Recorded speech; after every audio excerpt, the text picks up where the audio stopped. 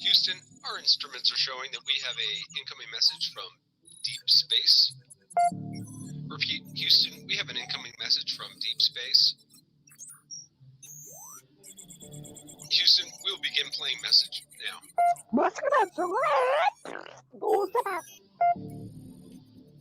Houston, we're going to try and translate that up here.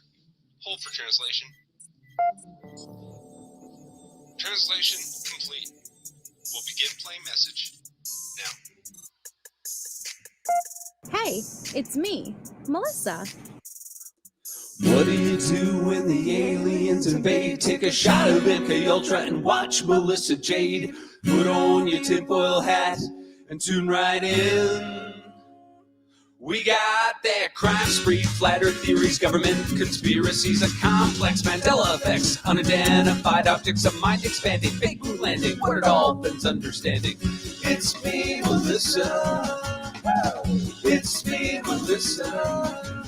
Aliens is on the sun or in Area 51. Time travels, unravels, haunted castles, cops are baffled, potential experimental thoughts that make you transcendental. It's me, Melissa. It's me, Melissa. Crime sprees, flat earth theories, government conspiracies, complex Mandela effects, unidentified objects, a mind expanding, fake moon landing, what it all bends understanding. It's me, Melissa. It's me, Melissa.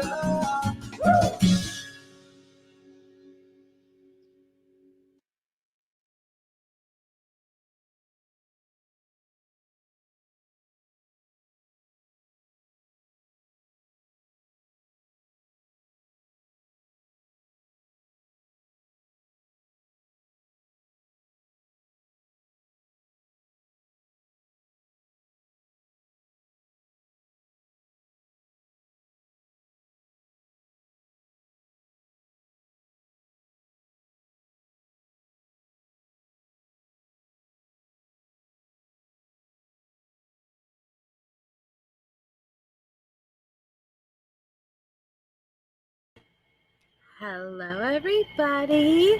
Hi, Hippie Chick 87, K-Braze, Strange Exchange, Todd Hudat, Clement, Sexy Wild Thing, Carol Freaking Claus, Lucia, Sarah M, Kelsey White, Just Me. Hi, Just Me. Candy Cane, Trippy Dead, Bryn. Hi, Bryn. Cool Gamer, Musicity Mom. Ooh, I love the way it looks. Oh, it's much clearer to read. It's much more legible now, Musicity Mom. Hi, it's Sherry. Hey, Shaq. K-Bray, Salty Sleuth, True Crime Time. How are you? Lisa. Doc. Hi, guys. Crime Sleuthin'. Hey. Why are you saying goodbye? Hi, Angel. Harlot, People May. Hi, guys. How are you? Hi, Butterfly Kisses, Susie, Chica422. Hi, Richie. I'm still recuperating. First of all, prayers for all the affected by the hurricane and the one still in its path. Yes, definitely. Absolutely. Hi, Daycare Mom. Oh, awesome. Well, hop on over here and then you could hop back over when we're done and finished. Hi, Q Joe. My sweet Just Me. Hi. I really needed to see you guys. It's just one of those days. Hi, it's Mimi. Thank you, Todd. It's just one of those days. Really, really, really long, exhausting day. And I just walked in the door and I'm so tired, but I'm so happy to see you guys. And I'm so pumped to go through these documents with you. I skimmed through some of them, but I didn't get a chance to obviously sit down and process it. And I'm the type where if you haven't noticed by now, I have to read things a few times before I absorb it.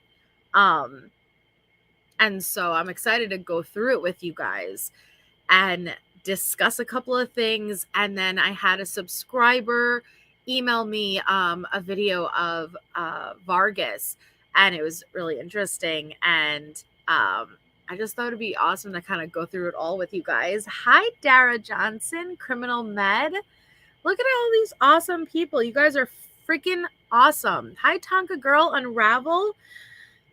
So what's the defense up to now, Susie? That's a great question. So we got some new documents to go through. Are you guys ready? Are you guys prepared?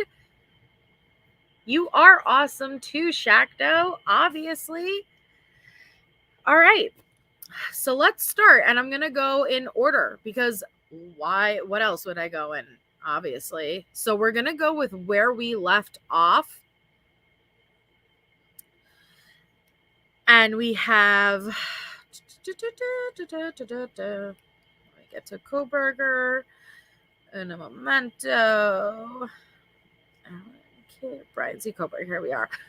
Okay, so where we last left off, and the newest one we have would be the TV media request, okay?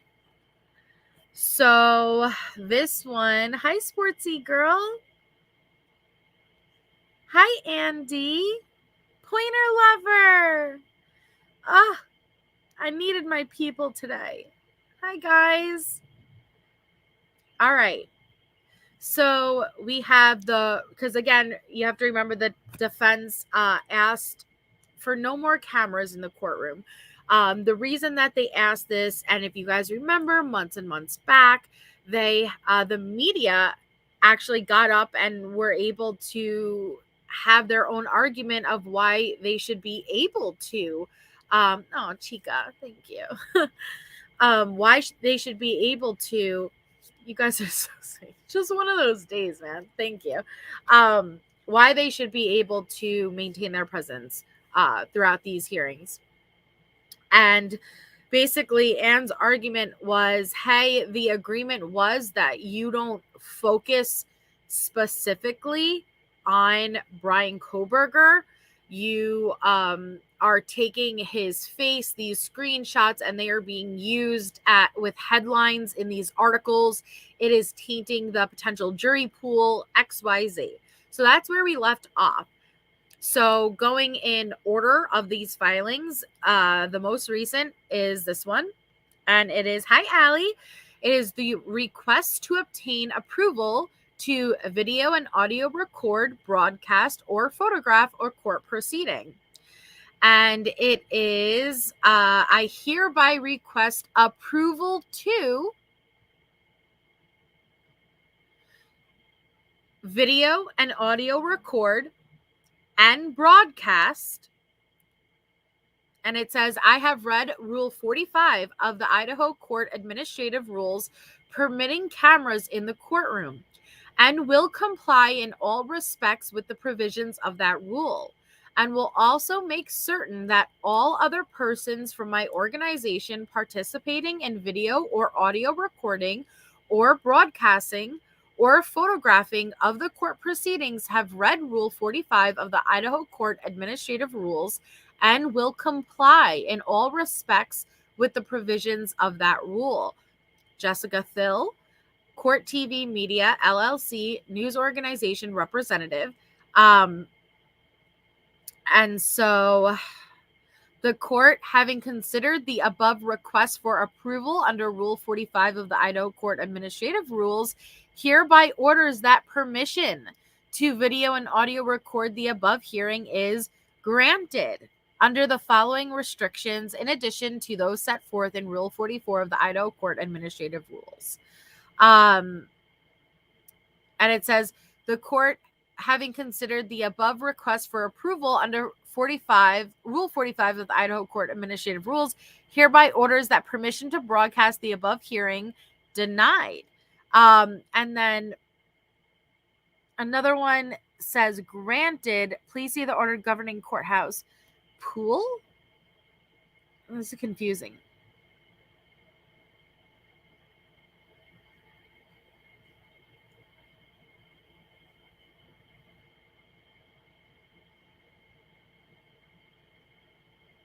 Order is granted, and then is denied.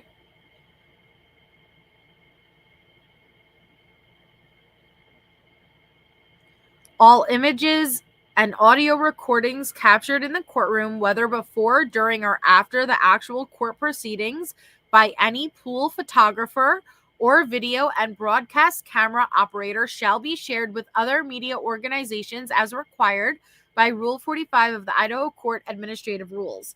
So I know that Court TV got approval. Oh, sportsy girl. Well, I'm glad that you appreciate it. Hi, my fellow Jade. So that's a little bit confusing, first of all. Right, Todd. It's just confusing how it's written. I know that Court TV got approval. Hi, King Scarlet. Hi, Michelle. Tiffany. Butterfly Angel. Crime Sleuthin. Lovely seeing all you guys. So it's going to be recorded and it's going to be shared with other media organizations. I know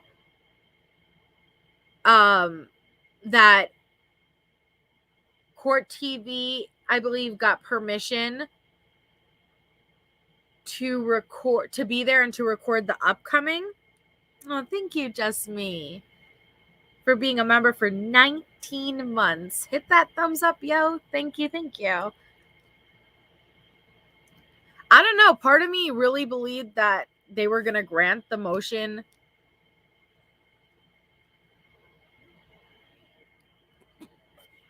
to remove cameras from the courtroom. But then we have this one, which is request for approval and judge's proposed orders. And it says directions. Fill out the form below and present both the signed request for approval and proposed order to the presiding judge's office. And it's a request to obtain approval to video and audio record, broadcast, or photograph a court proceeding. And again, it's about Rule 45 of the Idaho Court Administrative Rules, permitting cameras in the courtroom, and will comply in all respects within the provisions. And this says granted, again, pool. And this says denied, but granted, pool. And it's the same thing as previously.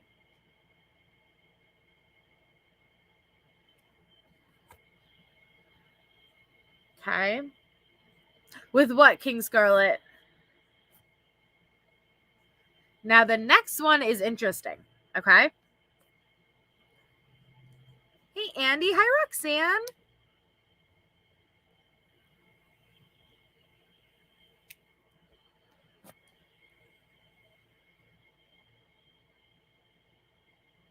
No, I don't think so. The cameras, yeah. I think it's Court TV who got the approval to be there. Now, whether they're the one who shares the link, I don't know.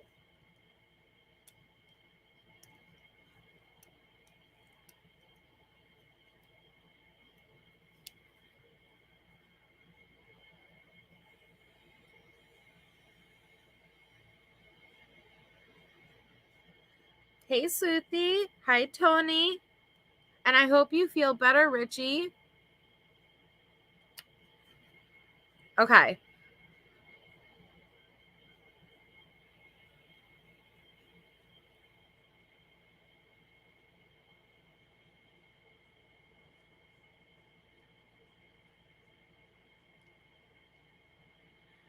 So this one is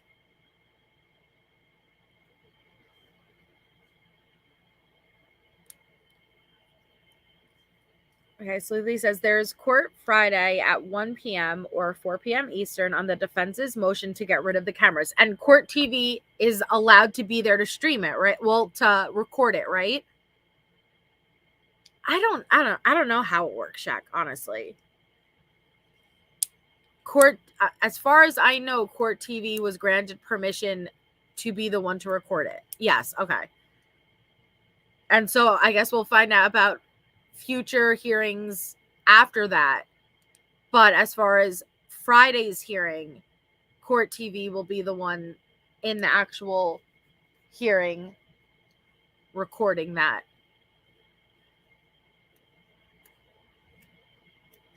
I don't know if they'll get rid of the camera.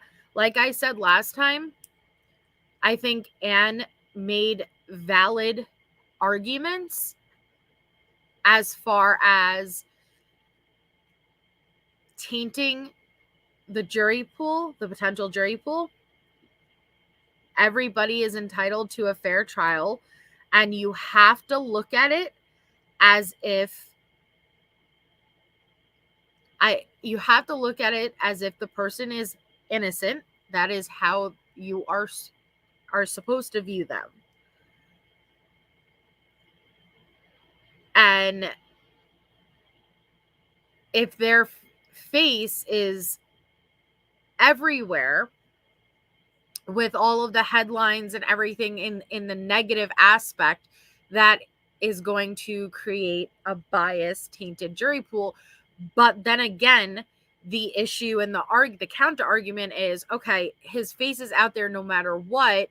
What is the difference with recording these hearings, whether taking an older photo versus recording the newer hearings? You know what I mean? But I can see the argument. Now, I don't think they should get rid of the cameras. I appreciate transparency, and but that's just me. Hi, Jen P. Hi, Rebecca Gomez.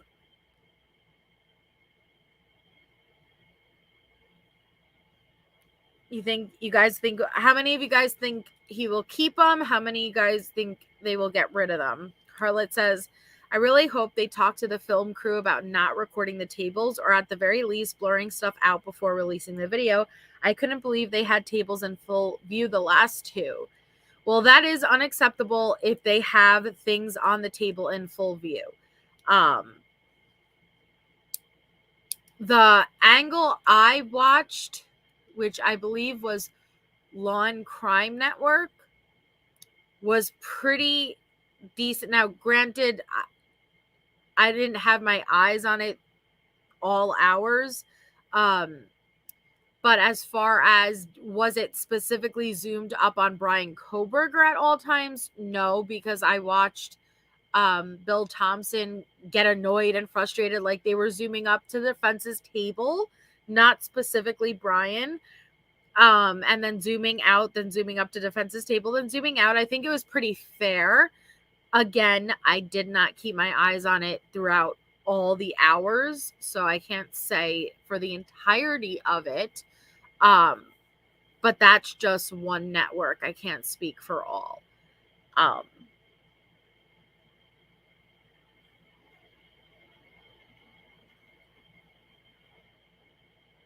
You guys think, hi Groot.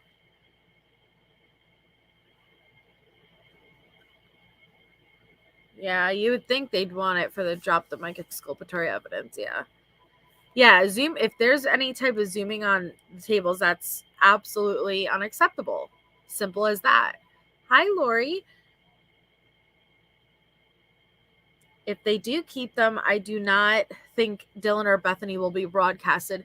Well, yeah, that's a totally different subject matter. I think whether or not, it all depends. You know, like, I feel like with the trial of Letitia Stout, I don't know, when I have to compare Letitia Stout trial to anything, we had such transparency in Letitia Stout trial. I did not anticipate to see everything we saw with that. And so I don't know if every trial, hi Michelle, I don't know if every trial is going to be handled individual and differently as far as filming of the witnesses goes, because there's been other trials where I don't see them, you know, so I don't know.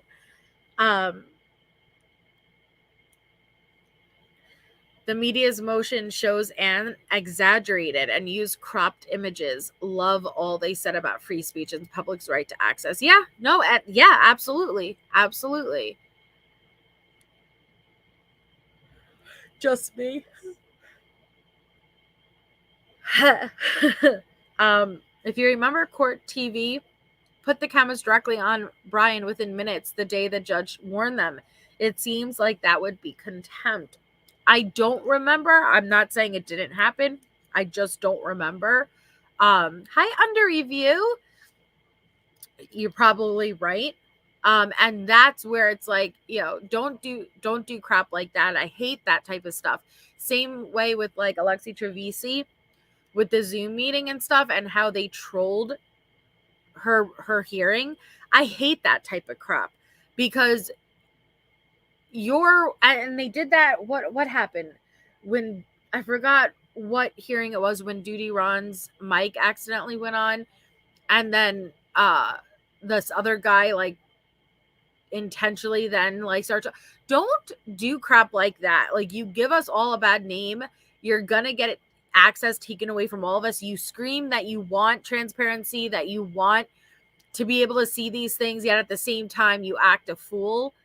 I hate that crap. Lori Vallow's attorneys got cameras removed because they were zooming on her and talking about her appearance in the media. Also, Idaho. Yeah, that's true. Yeah, I felt really bad for Duty Ron. He accidentally unmuted his mic, and then that, I forgot the name of that channel, but they took it as an opportunity for them to unmute their mic and plug their channel. It was so gross. Hi, Shay. Hey, True Crime Crazy. Yeah. Oh, yeah, Claus. That's, oof. Don't even get me started. If the witness requests to not be broadcast, the court usually goes with what they want. Oftentimes, I've seen that with victims' family. That's how I would imagine it, to be fair, because listen, they have to testify no matter what, but like, do you have to be broadcast? I don't know.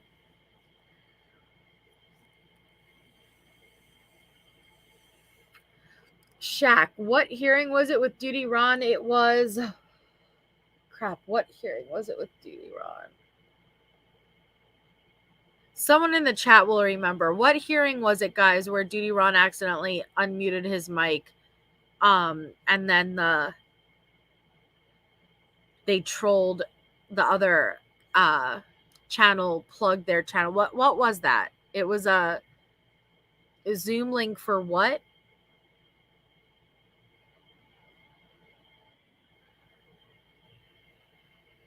Hi, Shay. Hey, MJ. Yes, that's what it was. No, it was the Adventures with Purpose. Thank you. It was the Adventures with Purpose case for Jared. Thank you. Hi. Hey, how are you? I'm good. How are you? Good, thank you. We went through just 2 of the documents so far, just with the cameras. That's all we went through. Fine. Yeah, and it was Doug from no thanks. Yeah, I remember it now. It was subscribe to no thanks. That's how he did it. Sorry. That's how he said it. And I hate when people act that way. Because they did it with the Alexi Treviso case too.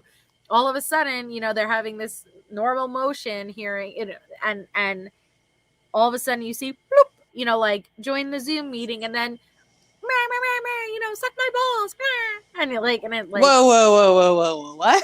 Yes, the girl who threw her baby out in the hospital trash, killed her baby. She had her hearing on Zoom. Okay. And you can go watch it on Law and Crime. Okay. And it's an hour-long hearing. And then all of a sudden, towards the end, all of a sudden you see, I forgot the person's name, but like join Zoom. And then all of a sudden it was like, like she starts making obnoxious noise. And then, the judge boots her out, asks, mute the mics. Okay. A minute goes by. And then you see the same account joins again. And it was like, suck my balls. Like giggling now, but really so ridiculously inappropriate. Okay. Ridiculously inappropriate. And it's like, yeah, you want to have these things because I guarantee that person would be the first person screaming, hey, you don't have transparency. Hey, how dare you take away, our rights but this is why we can't have nice things, because of this shit, okay? It's just ridiculous. Because I suck my balls. Like, well, and you know, because you see the little name scroll on the screen too. So as soon as you see her name enter again, it's like, oh no, here we go. Suck my balls! And then you see like get booted. It was like, bye bye. I was like, there she goes. And like, You who let her yeeted? back in? Like, who let her back in? Oh my god. Stupid. Suck my balls! You just the way you sounded, it sounds like somebody's being yeeted as they're singing it. That's how it is. Like, you see from the left of the screen, like the person's name enter, and then suck my balls, and then to the right they left. Like, Oh my god, I can't. oh man. Hey ATS. Yeah, Michelle Pools. Gosh darn it. Shay joins the panel, and then we are immediately start giggling and snorting. I'm sorry. Here we go. No, it's fine. It's fine. So do you think they're going to, John Judge is going to remove the cameras completely, or no? No, I just think he's gonna do the simulcast where it's recorded and then shared later through media outlets. Yeah, I mean, you know, like I said, I think Anne makes valid arguments in her motions, but ultimately, I think the counter arguments are just as valid, and I don't think it's going to be enough to remove the cameras altogether. Yeah, I don't think they're gonna remove them. I think it's more just limiting the media maybe that's in there and their ability to have video and audio. It's gonna just be that delay that they're wanting to kind of keep a hold of. I also think that is important to protecting the jurors as well. Because that's one thing that I know they're not supposed to show the jurors, and whenever they are taping it, but it's also a thing like when they're trying to leave, and you know what I mean? There's like, it's like a whole extravaganza. So I think whatever they can do to protect the jury pool and have a fair trial is important. Right. Well, I don't think so, ATS News, because Court TV was the only one approved to be in there for Friday's hearing regarding whether or not the judge is going to allow media to be present and film. Court TV is granted permission to be there and film it. So I don't think they specifically got in trouble. Because if they were granted permission to be the ones to film it. So, but I do agree with what Shay is saying. I think that what they're going to do, and they even referenced it in the motions, limit who is actually in the courtroom, and then the media has to share it, you know, like with the other media sources. Yeah. Which I don't know how that works, like, because they're competition, you know, so how do you force someone to share their coverage? You know what I mean? Well, that's what I was that's what I was trying to text you. I think what the pool means in that. Oh, I'm sorry, I didn't see it. In the thing, I think that it's like a pool, like a simulcast pool of media. Got it. Okay. I don't know, Shaq.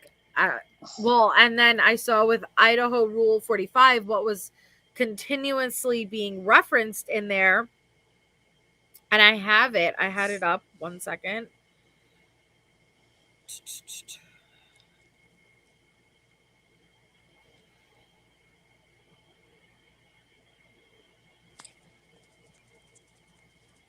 Okay.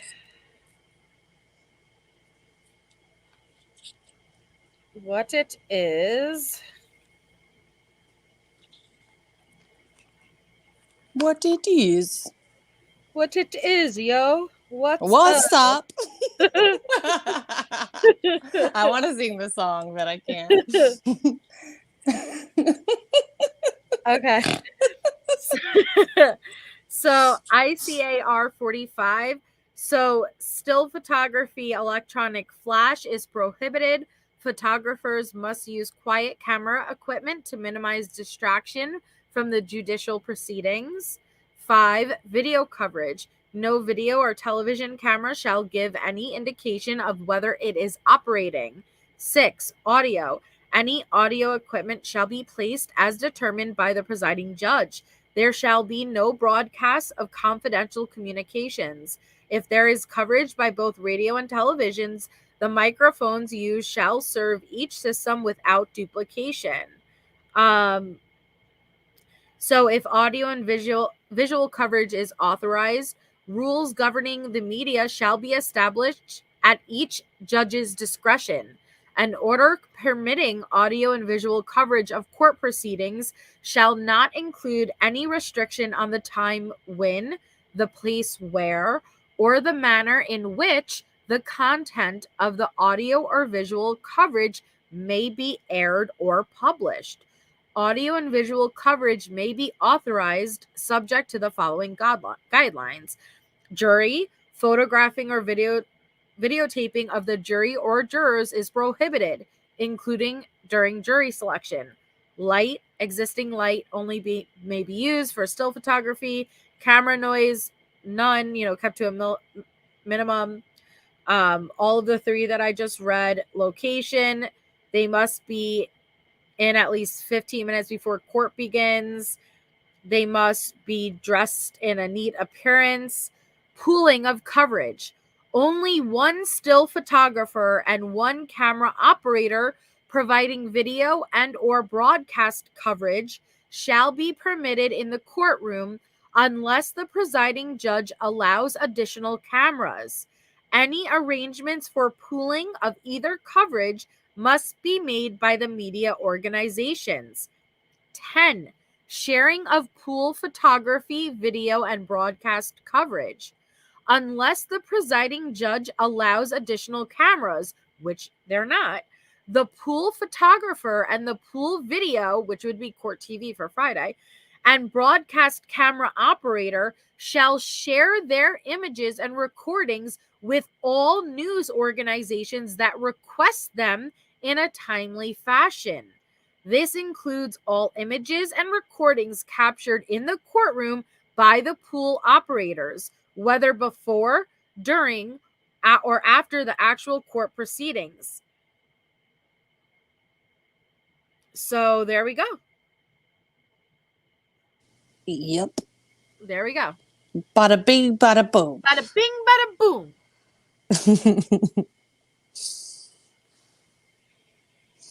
It's better than Valos, so I will be content. Yep. So do that clicking noise. Yeah, and the last year it was so bad. It was so bad. Hi, MK. Lovely seeing you, sir. Please, sir, may I have a like? You got it? No? Okay. Never mind. Okay. I was on mute, sorry. I know. I saw it after and I was like, all right. Well, because I can't use my noise canceling headphones. I keep muting it in case somebody runs out here. It's okay. It's all right. Nothing worse than when someone doesn't laugh. Not awkward or nothing. Oh shoot. Okay. So the next motion we have is the notice of intent not to cross-examine defense witnesses, district court decision, and records to explain witness contact.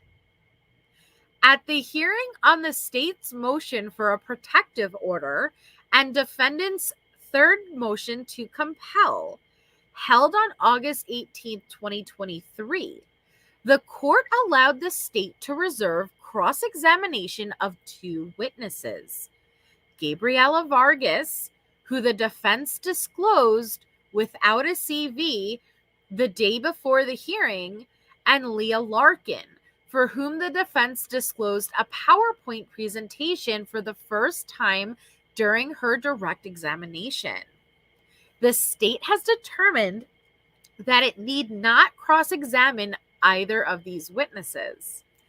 In addition, the state mentioned during its argument at the hearing that Judge Whitney in Canyon County ruled on a similar issue 1 week prior to the hearing, and that the state would provide the written ruling once available. The transcript of that hearing is now available, and the relevant portion of the transcript is attached as Exhibit A. Finally, at the hearing on August 23, 2023, defense counsel suggested in open court that the state had improperly contacted Ms. Vargas. The state has attached under seal as Exhibit B the reports and other records that explain the contact. The state would ask this court to grant the requested protective order or permit the state to present the information it seeks to protect to the court in an in-camera hearing. So what do you think about that? What do I think about it? Yeah, what do you think about it?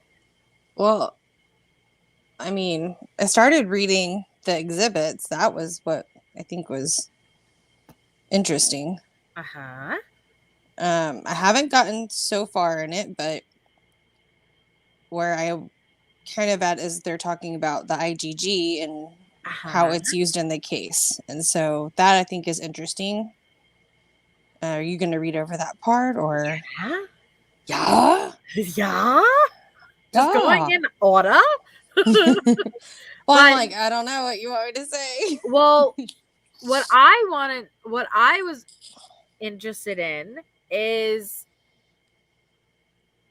defense counsel suggested in open court that the state had improperly contacted Ms. Vargas.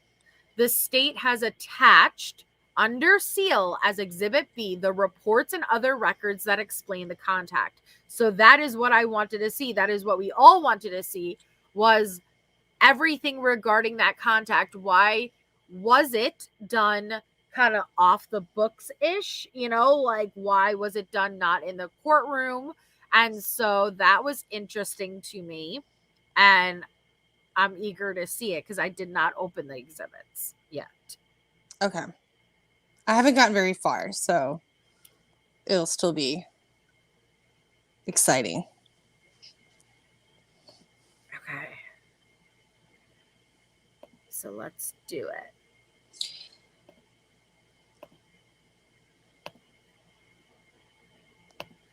So the next one on the list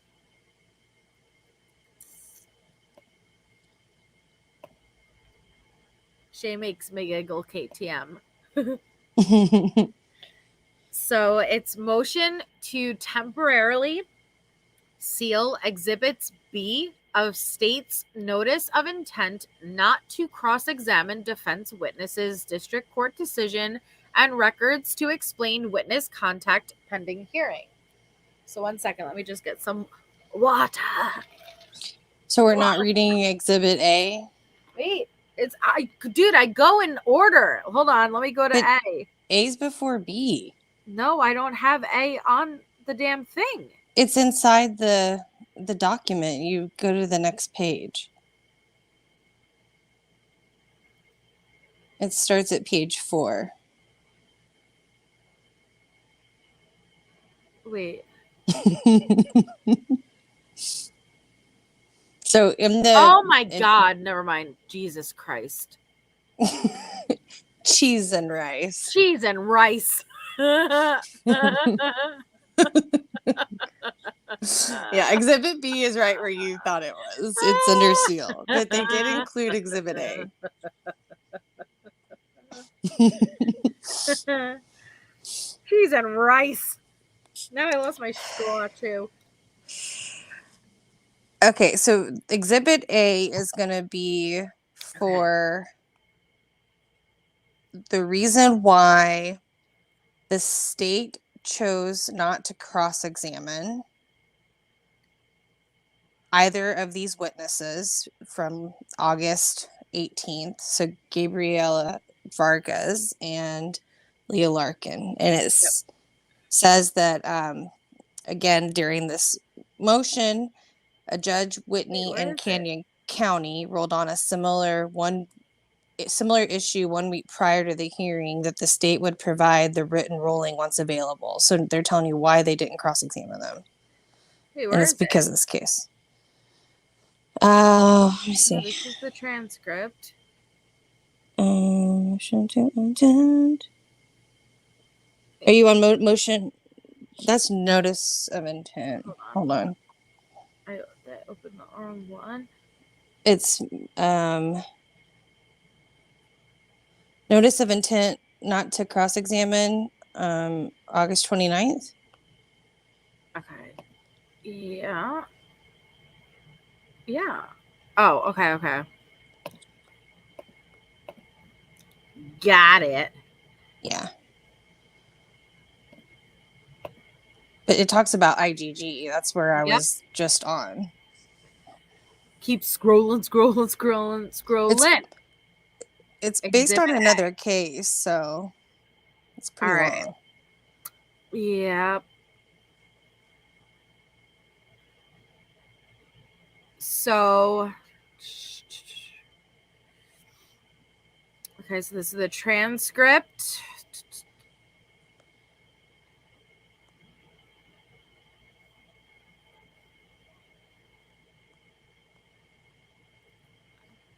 Okay, but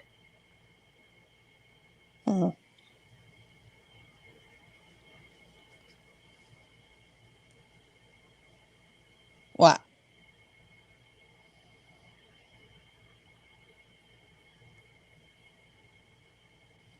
They included part of the transcript that they felt was relevant to why they weren't going to cross-examine.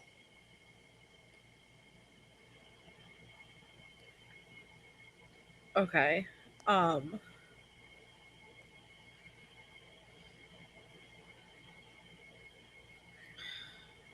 It's right. long. That's why I was like, I didn't know if you were going to do all of it. Yeah. As to the legal argument contained in the state's brief and memorandum, I'd like to give the court record of general overview. Overarching purpose of this motion is to ensure that the state is fully transparent, both with the court and with the defense, regarding the investigation of the case and what evidence the state will, or in this case, will not be introducing at trial. Because as we know, we will not be introducing any of this evidence at trial. So again, this is the issue, guys, of the IGG, the tip that led to Brian Kohberger. This is why we believe it is not discoverable and is immaterial to the defense's preparation. That being said, it is not the state's prerogative to decide and dictate what is and is not discoverable, and that is why we brought this motion before the court. With respect to what is investigative genetic genealogy, I would just also note for the record that Section 3 in the factual and procedural background of our memorandum is really more an offer of proof, or rather the state's recitation of the facts as we understand them. Sections 1 and 2 really just detail the history of the case. I just don't think there's any dispute as to that background. I just want to clarify, we are not asking the court to make findings of fact. We are offering to the court our understanding of this investigative practice. So with that, what is investigative genetic genealogy? I would begin by noting I am not a scientist.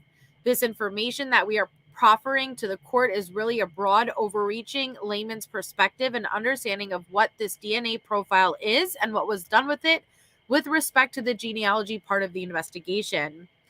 I begin first by noting the difference between STR and SNP, or SNP in the context of DNA science. STR stands force short tandem repeat. We think of DNA evidence just colloquially. Culturally, that is generally what we're talking about, is the short tandem repeat profile that is obtained from a sample of DNA at a crime scene and is screened through the CODIS database.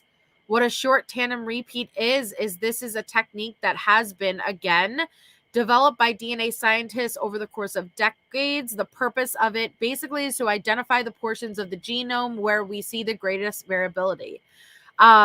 Human beings share approximately 99.9% of their DNA. STR is a technique designed to get 0.01% or approximately 3 million points of data from the DNA. Genome has approximately 3 billion. STR looks at 3 million specific points. Those are taken along the various chromosomes. Every individual has 23 chromosomes. 23 are autosomes, where all that genetic information is. And then the 23rd is an X or a Y, which determines the individual's sex. STR looks again at specific points and it compares those for variability. And from that, scientists are able to gain probability estimates to link a sample to a suspect. In cases such as this, where the genetic material that was found at the crime scene, or in this case, found in the victim's underwear, when they say in this case, are they referring to our case or the case they're referring to? This is the case that was ruled on by Judge Whitney in a different county. So it's just discussing IgG as it's used within a case. That particular, in this case, it was a hair. That particular hair may not contain enough genetic information to get an entire STR profile. That was the case in this case. That doesn't necessarily mean give him enough for an STR profile, but what it did do in this case, it has enabled him to create an SNT profile that can be used for genealogical purposes. Ultimately, really the same thing we're now familiar with in our common everyday culture with things such as Ancestry.com.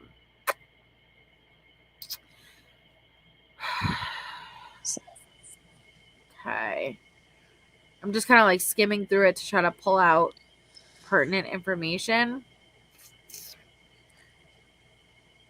Once a genealogist constructs a family tree and identifies a particular family line that may be connected to, again, that hair from which the SNP profile were derived, it is incumbent of law enforcement to then find their own independent evidence to investigate these individuals to determine whether there is actual reason to believe any of them may have committed this crime. It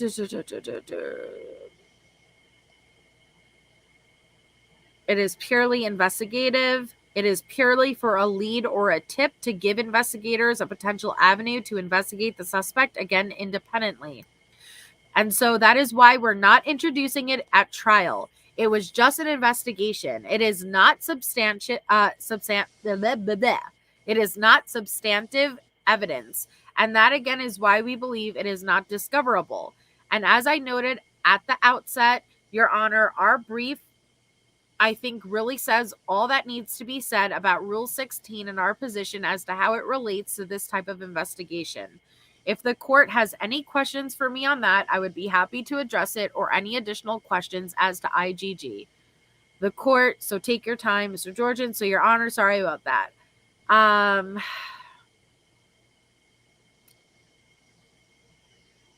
So, genealogical databases were used to narrow down the search by law enforcement in this case. Those databases were not used to specifically identify Mr. Dalrymple as the person. It was Mr. D. Yeah, Mr. D. All right, so I understand the point. Right. So, it says, Judge, I'm not sure that I understand the controversy that the state is bringing before the court. As long as the state turns over every document and tangible item in their possession or in the state's law enforcement possession, then I believe they've complied with discovery. If there's discoverable information out there that's for some reason they want a protective order, then I'd ask they file that motion. So is there have any objection to that? And then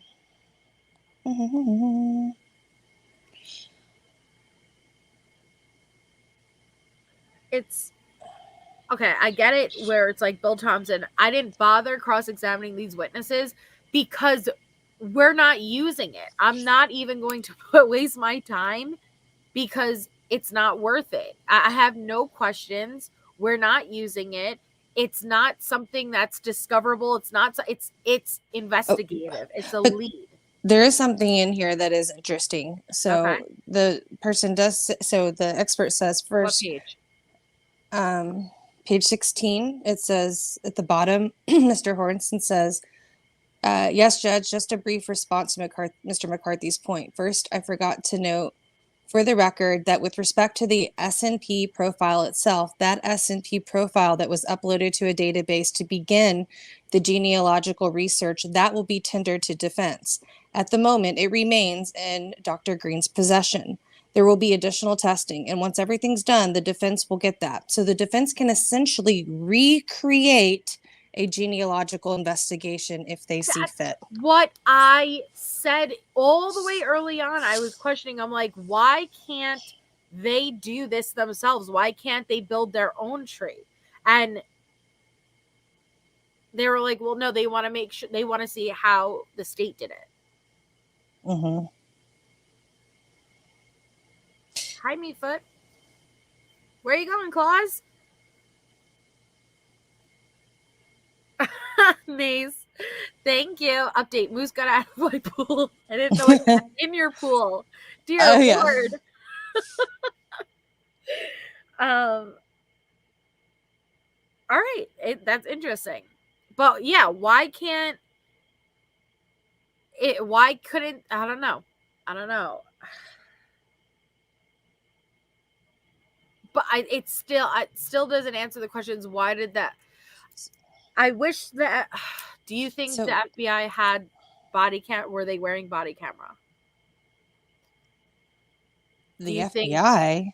Yeah, when the 2 FBI agents paid Vargas a visit, do you think they were wearing body camera? I don't know.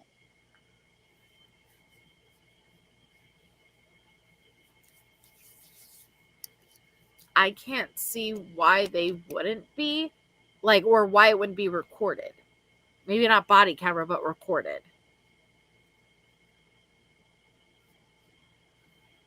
They know how much craziness is surrounding this case. I can't imagine they had 2 FBI agents visit Vargas outside of court hours and not have it recorded in some fashion. I mean, I don't know what the procedural policy would be with the FBI. I mean, I would assume they would. Yeah. I don't know. I mean, I don't know. I don't know if the FBI is involved because they're the ones that were part of the IGG stuff. So they had follow-up questions. I have no idea. I mean, it's sealed. We won't know.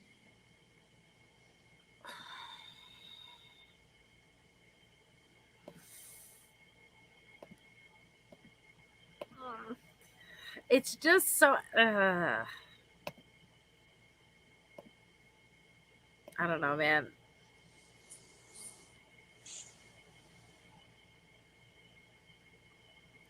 No, she doesn't have. You don't think so, Kick Rocks? Kick Rock says no. FBI did not.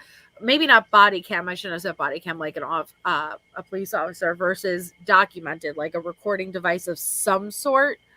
I can't imagine, with where things are at in this case, that they would not have it documented. That seems unlikely. Like, that would be shooting themselves in the foot. Why would they do that? But like Shay said, I don't know with the FBI what their procedural things are and what they're allowed to do or not. Like, I don't know. Mistrial based on what, Tiffany?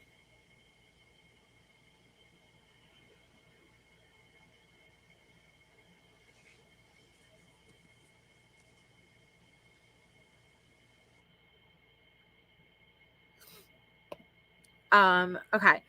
Then there's the motion to temporarily seal Exhibit B of state's notice of intent not to cross-examine defense witnesses, district court decision and records to explain witness contact pending hearing.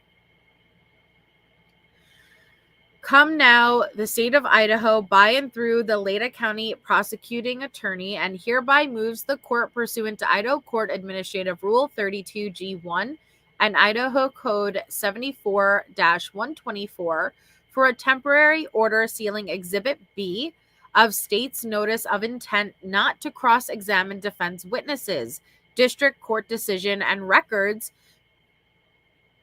to explain witness contact herein because release or disclosure would 1. Interfere with enforcement proceedings.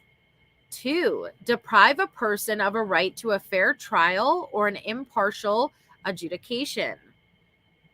There's a typo. There's 2 twos. 2. Again, constitute an unwarranted invasion of personal privacy. 3. Disclose the identity of a confidential source. And or 4. Disclose investigative techniques and procedures. The undersigned seek this protection pending a hearing on the matter.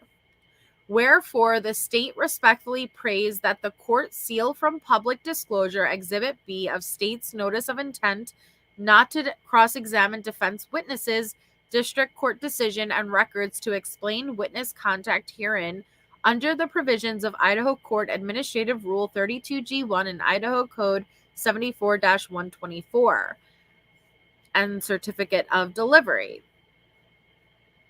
So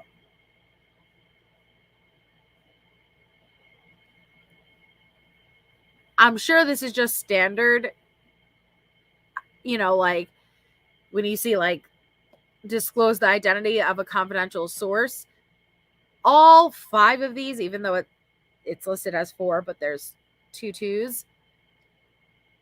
I'm sure these are just standard things listed when trying to seal exhibits. But it still kind of brings me back to you always mentioning how people in your DNA can be a source, right? They can be what is it called? An informant.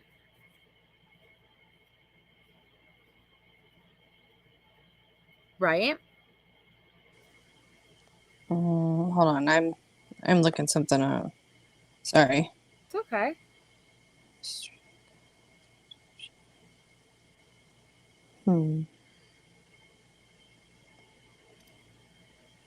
I think he might be an informant too, because everything is gagged and they're up to something like a sting or something.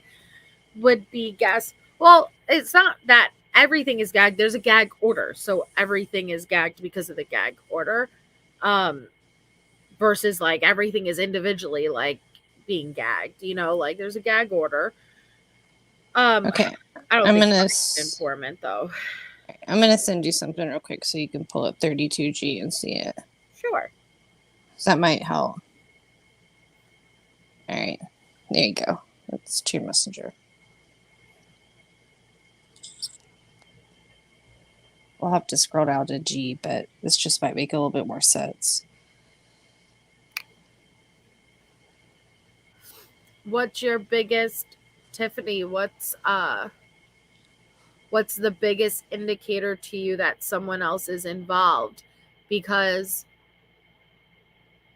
Anne stated herself that Brian was driving alone, so that eliminates someone else being at least with Brian in his vehicle. That doesn't eliminate someone else being there, but that's why I'm asking you what's the biggest indicator, because if somebody else was there, do you not think that they would have captured their movements on the cameras too, the same way they captured Brian's alleged movements in his vehicle, unless you believe they were on foot? I think we're going to get to the 2-year mark, Corey. Personally, I think maybe 18 months before trial starts. So what's the difference in the defense asking for a seal and the prosecution asking for a seal?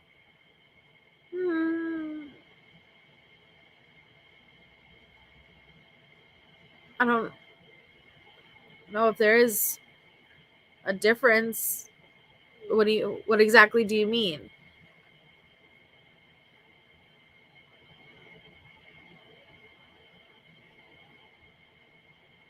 Like, they could both ask for it to be sealed, certain things.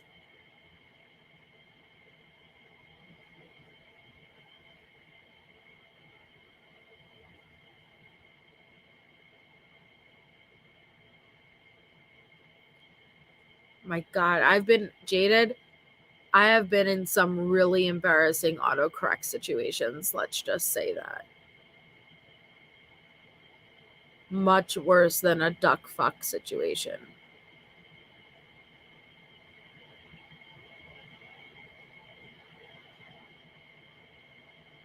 People acting like the. Oh, okay, yeah. No, I don't think that's shady at all. Hi, Lady V. So, 32G WUD referenced is. Sorry, I was scrolling. So, court records exempt from disclosure except as provided in paragraph H of this rule. Court records specified below are exempt from disclosure. Any willful or intentional disclosure or accessing of a sealed or exempt court record not otherwise authorized under this rule may be treated as contempt of court. So, G1 is documents and records to which access is otherwise restricted by state or federal law. So, that's what they're basing it on. Say it one more time. Documents and records to which access is otherwise restricted by state or federal law. So it's something that's already restricted.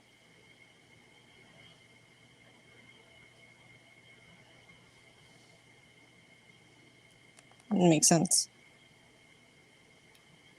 Probably if I read it myself. Okay. They're saying they are sealing it. Yeah. Because the documents and records to which access is otherwise restricted by state or federal law. That is what they're referencing in their code. Okay. Administrative Code 32G1. Okay. Because your question was why are they doing that? That's just what they're referencing. Gotcha. Okay. Huh.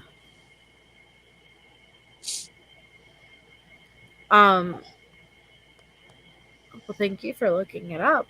I just want to understand why. Yeah. No, thank you. Tiffany says, not with preparation. This takes planning. This takes muscle. This takes other people to everything to work out perfectly. And that house is weird. This was not just on a whim, in my opinion. It doesn't actually. I understand though why you'd feel that way, because I've had a lot of moments throughout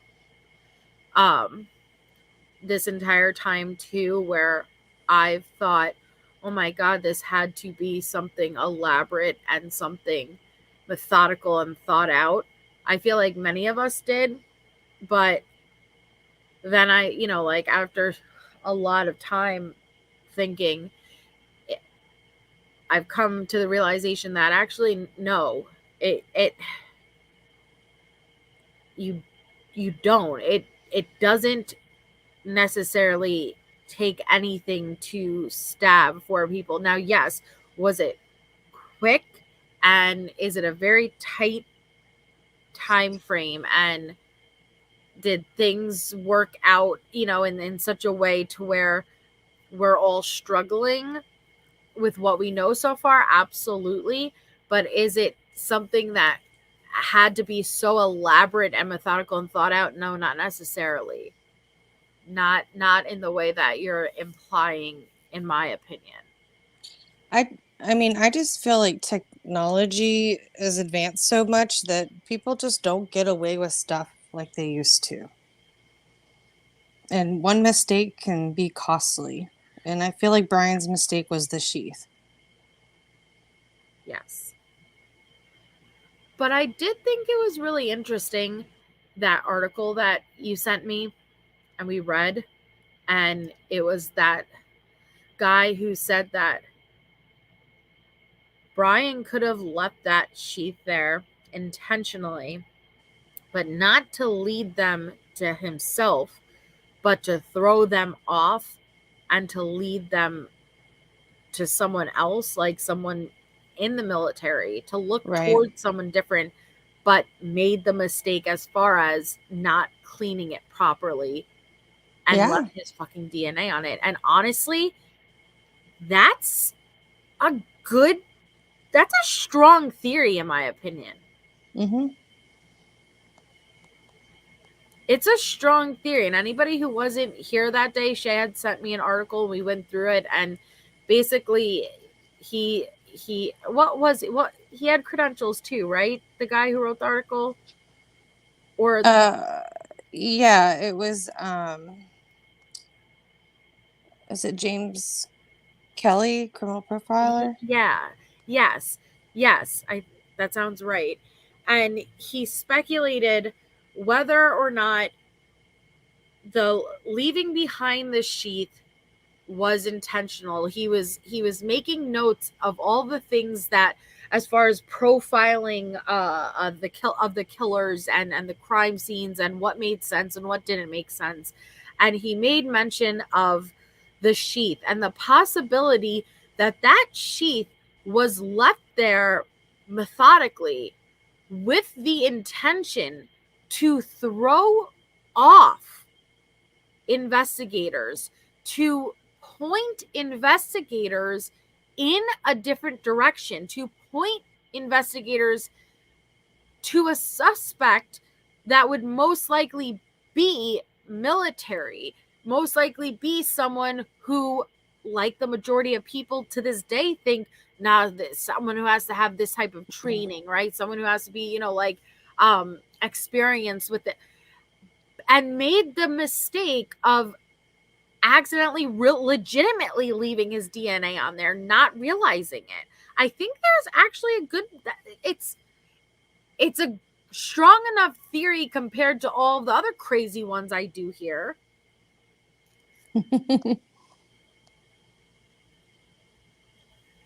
Yeah, it says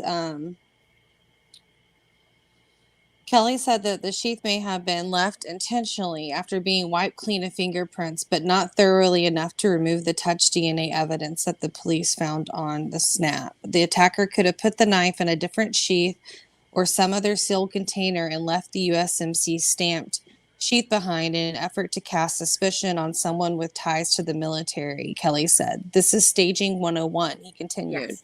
They're going to have to look at this, and they're going to think it's a military guy that did this. Some guy with some kind of training who just lives right up the road. However, police recovered DNA on that snap. They later said matched a familial sample taken from the trash, and it just goes on. So this report was, or this was from Fox News on February 7th of 2023. Yes. So after Brian had already been arrested. Kind of interesting, though. It's different. Mm-hmm. Criminal profiler. He's good at his game. Yeah. Well, and you guys, Brent, I 100% believe Brent had no involvement in these murders. Now, if you think that Brent's death was suspicious just like on its own as far as how he may have been killed, I could understand that for whatever reason, but I do not believe that Brent has any connection to these murders at all. And I don't, want to speculate further because there's no connection to base it on. So I'd appreciate not doing that. But I think it's I could understand when I said trying to blame someone in the military or someone with experience, that's where people's minds go to, but you could use anybody, yeah, that's true. Dara Johnson. Dara said Murdoch was convicted with no DNA evidence. Just saying. A lot of times DNA is not used to convict people. Mm-hmm. Well, and when people say, it's all circumstantial. Do you know what something has to be for it not to be circumstantial evidence. I don't know if people realize what isn't circumstantial evidence. I know the answer. Are you asking me? Sure. Go ahead. Give us the answer. So everything is circumstantial unless it's the act of the crime is actually caught on video. Yep. Or like an eyewitness crime. Right. Which eyewitnesses, they can lose credit, but having like Right. proof on video is pretty solid. Yep. So when I hear people say it's just a bunch of circumstantial evidence, my goodness, majority of trials are based on a collection of circumstantial evidence. Do not throw away circumstantial evidence, because unless you caught the act on camera or have like a really solid eyewitness to the act itself, everything is freaking everything is circumstantial evidence. Everything. It's just some is much more solid than other circumstantial. Right. And I think that's how our law was designed, and what it's based on in history is to be a collection of circumstantial evidence presented in front of peer jurors to determine if there's guilt and beyond reasonable doubt. Mm-hmm. So, but yeah, I mean, it's kind of interesting, but I mean, I still feel like as much as I am fascinated with DNA itself, like that's not what I put everything on, because we know that, you know, in circumstances that it may differ. So you have to look at all the pieces of evidence compiled. Yep. Well, it depends on what type, Candy Girl. You can't just lump circumstantial evidence into one category, I don't think. So, as Candy Girl says, you shouldn't get the death penalty based on circumstantial evidence, though. Well, that means that no matter how solid the case, right? Let's take Letitia Stout, right? No, she's not getting death penalty. But, like, let's say she was up for it. It's a pretty fucking solid case. Pretty solid case. It doesn't matter how solid, and let's say you could add a shit ton more. Just the act itself wasn't on camera. It doesn't matter. You shouldn't get death penalty. Like, I don't agree with that at all. I don't agree with that at all. I think it all depends on how much evidence, what type of circumstantial. It all doesn't fall under one category, because circumstantial evidence could be very minimal, or circumstantial evidence could be very incriminating. It's a spectrum. It's not black or white, and it could, you know, the severity of the crime, right? And also dependent on states' laws. But see, Candy Girl, Letitia should have gotten the death penalty for sure. But you just said, to be fair, you just said nobody should get the death penalty based on circumstantial evidence. Letitia was convicted based on circumstantial evidence. You get that, right? The act of killing Gadden was not caught on camera. You understand that? Everything was circumstantial evidence.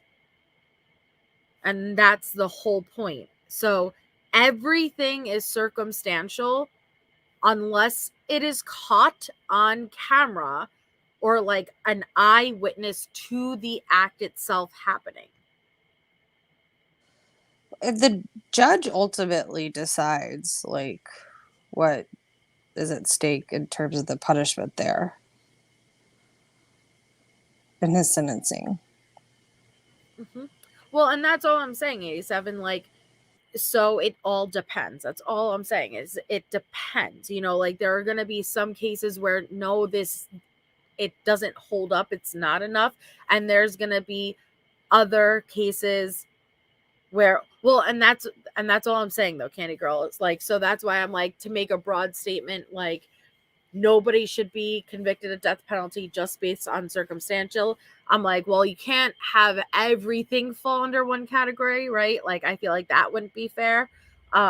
Because there are some cases that are really, really solid, even based on circumstantial, because some circumstantial is really strong. It is interesting though, like in Texas, actually what they're looked to is on like death row and death penalty, and some of the different severities of their crimes and what they're on death row for versus maybe what other people have done, and it's all based on state law. So like for Idaho example is, it says, except as provided in Idaho code, a person convicted of murder in the first degree shall be liable for the imposition of the penalty of death if such person killed, intended a killing, or acted with reckless indifference to human life, irrespective of whether such person directly committed the acts that cause death. So it's disregard to human life is typically what that kind of falls under.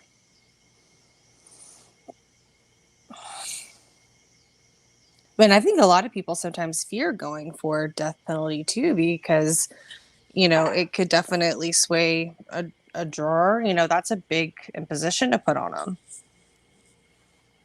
It has to be, in my opinion, under probably the most extreme circumstances. Mm-hmm. Yo, so DNA is, so forensic evidence is circumstantial evidence too. Fingerprint analysis, blood analysis, and DNA analysis of evidence found at the crime scene is circumstantial evidence.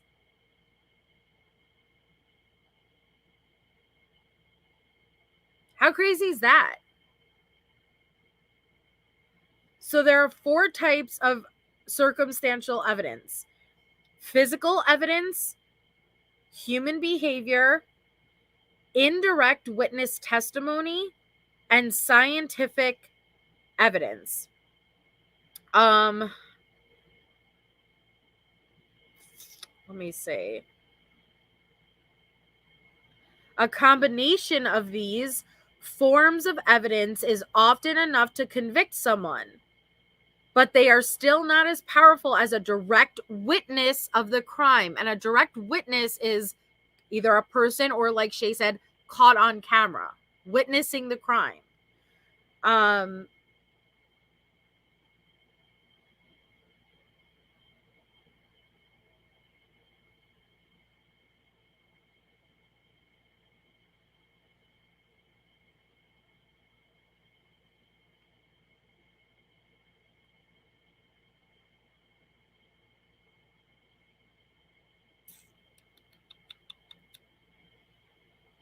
All right, so examples of circumstantial evidence: evidence that establishes a motive, evidence of an opportunity to commit the offense, evidence of the accused's state of mind when the offense was committed, evidence of the accused preparing for the crime, evidence of the accused having items that could be used to commit the offense, evidence of identification, for example, the accused's DNA, fingerprints, or mobile phone records, evidence that the accused committed similar crimes around the same time the alleged offense was committed, evidence the accused giving different versions of events. Examples of circumstantial evidence in theft cases, in murder cases, include the fact that the accused had an intense dislike of the victim is circumstantial. The fact that the accused behaved in a bizarre and suspicious way after the offense, circumstantial. The fact that the accused lied about their alibi, circumstantial. The fact that the accused was in the area when the offense was committed, circumstantial. The fact that the defendant's blood or DNA matches blood or DNA found on the victim's body is circumstantial. Can you believe that? Okay? Circumstantial. Let me repeat that last one. The fact that the defendant's blood or DNA matches blood or DNA found on the victim's body is circumstantial evidence. So, this is what I mean when people say, oh, it's just a bunch of circumstantial evidence. Circumstantial could be very minimal, or it could be something very solid. But in reality, majority of cases that go to trial are 95% circumstantial evidence. Very rarely do you have direct witness, meaning camera or person, to the crime itself.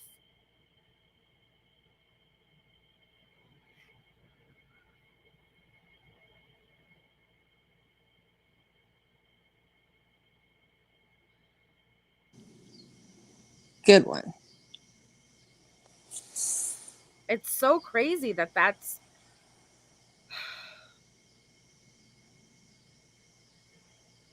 Yeah, and I'm reading this too from the courts. It says the law draws no distinction between circumstantial evidence and direct evidence in terms of weight or importance. Either type of evidence may be enough to establish guilt beyond a reasonable doubt, depending on the facts of the case as the jury finds them to be.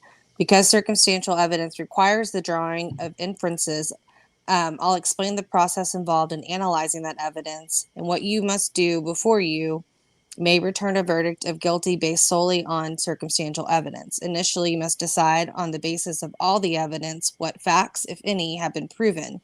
Any facts upon which an inference of guilt can be drawn must be proven beyond a reasonable doubt. And after you determine those facts, if any, have been proven beyond a reasonable doubt, then you must decide what inferences, if any, that can be drawn from those. Before you may draw an inference of guilt, however, that inference must be the only one that can fairly and reasonably be drawn from the facts. It must be consistent with the proven facts, and it must flow naturally, reasonably, and logically from them. Mm-hmm. And both direct and circumstantial evidence are considered legitimate forms of proof in federal and state courts. A person may be convicted of a crime based on circumstantial proof alone. And indeed, with the prevalence of mistaken identification and false testimony, inferential proof is oftentimes thought to be even more reliable than direct proof. In trials for criminal cases, the prosecution commonly relies on circumstantial evidence. Defense lawyers typically respond with one of two strategies. The first is to cast doubt on the circumstantial proof itself. If the premise or premises are not proven, then the inference should not be drawn. The second is to show that even if all the circumstantial facts are true, they lead to two or more reasonable conclusions, and at least one of them is consistent with the defendant being innocent. In other words, there is reasonable doubt as to whether the accused is guilty. Do you see that happening in this case? So, of course you are. And that's all like I say, like with Anne and stuff, when people are like, oh, there has to be something more going on. Or, you know, like Brian has to be innocent. Maybe Brian is innocent. Maybe. But I'd expect to see Anne doing this whether Brian is innocent or guilty. That's all I'm saying. You know, like, because it's her job to do that. And most defense journeys don't want you to tell them the truth. Yes.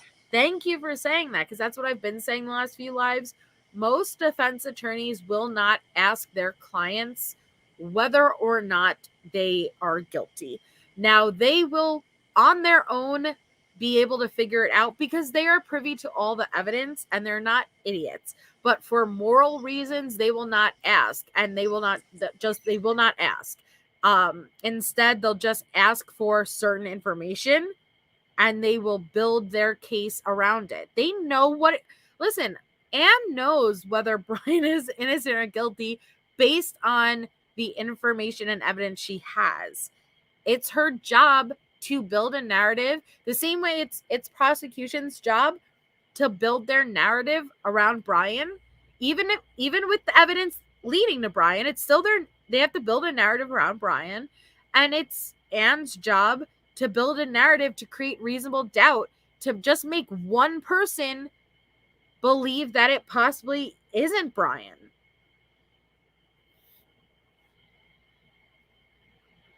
Most defense attorneys don't ask Nika. At least that's what I've heard consistently from all of like interviews I've seen like with attorneys. They say that they don't ask for moral reasons. You know, the type of how do you sleep at night type of deal. They don't want to know, so they don't ask. Well, they don't need to know. Well, you don't want it to change the way that they are representing you, and then you end up filing for what is it? What's that appeal? Withdrawal? No, with the defense. Like, you had incomparable defense or whatever. You know what I mean? Like, you don't want them to say that they weren't given the best defense. Sorry, I'm having a brain fart today. It's been a day. Good. But, I mean, that's another reason why I would think that, like, they don't want them to tell them, because, like, that could also be used against effective counsel. Thank you. Ineffective counsel, yeah. Well, right. Which Boone is going to argue. Yeah, I'm interested in Boone's, too. Yeah, well, I don't think the judge is going to approve that lawyer's withdrawal, because we're weeks out from her trial, and she's entitled to a lawyer, and Bankowitz has been on for over a year now. There's no way that this lawyer is going to pull that, unless he's going to push out the fucking trial. There's no way he's going to pull off that lawyer who's been over a year on the case, throw on a new lawyer, and expect to be able to be prepared for trial in weeks. No way. Right. I agree. So we went over the motion, and then there was the temporary order. Did you read that one too? I have. Okay, so we have the temporary order sealing Exhibit B. And this is based upon the state's motion to temporarily seal Exhibit B of state's notice of intent not to cross-examine defense witnesses, district court decision, and records to explain witness contact, pending hearing filed herein, and no objection from defense counsel. The court does hereby confirm and order that the Exhibit B is exempt from disclosure and are sealed pursuant to Idaho Court Administrative Rule 32 G1 for the reasons stated in the said motion, and until a hearing can be held on the matter. Then we have motion to continue hearing. Mm-hmm. We have the motion to continue the hearing, which here we go again. We saw this months ago. The Associated Press, Radio Television Division, all of the media outlets. Proposed interveners move the court for an order continuing the September 1st hearing date on defendant Brian C. Kohbergers' motion to remove cameras from the courtroom.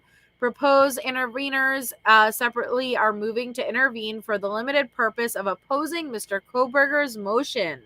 The motion was filed August 24th with a hearing set 8 days later.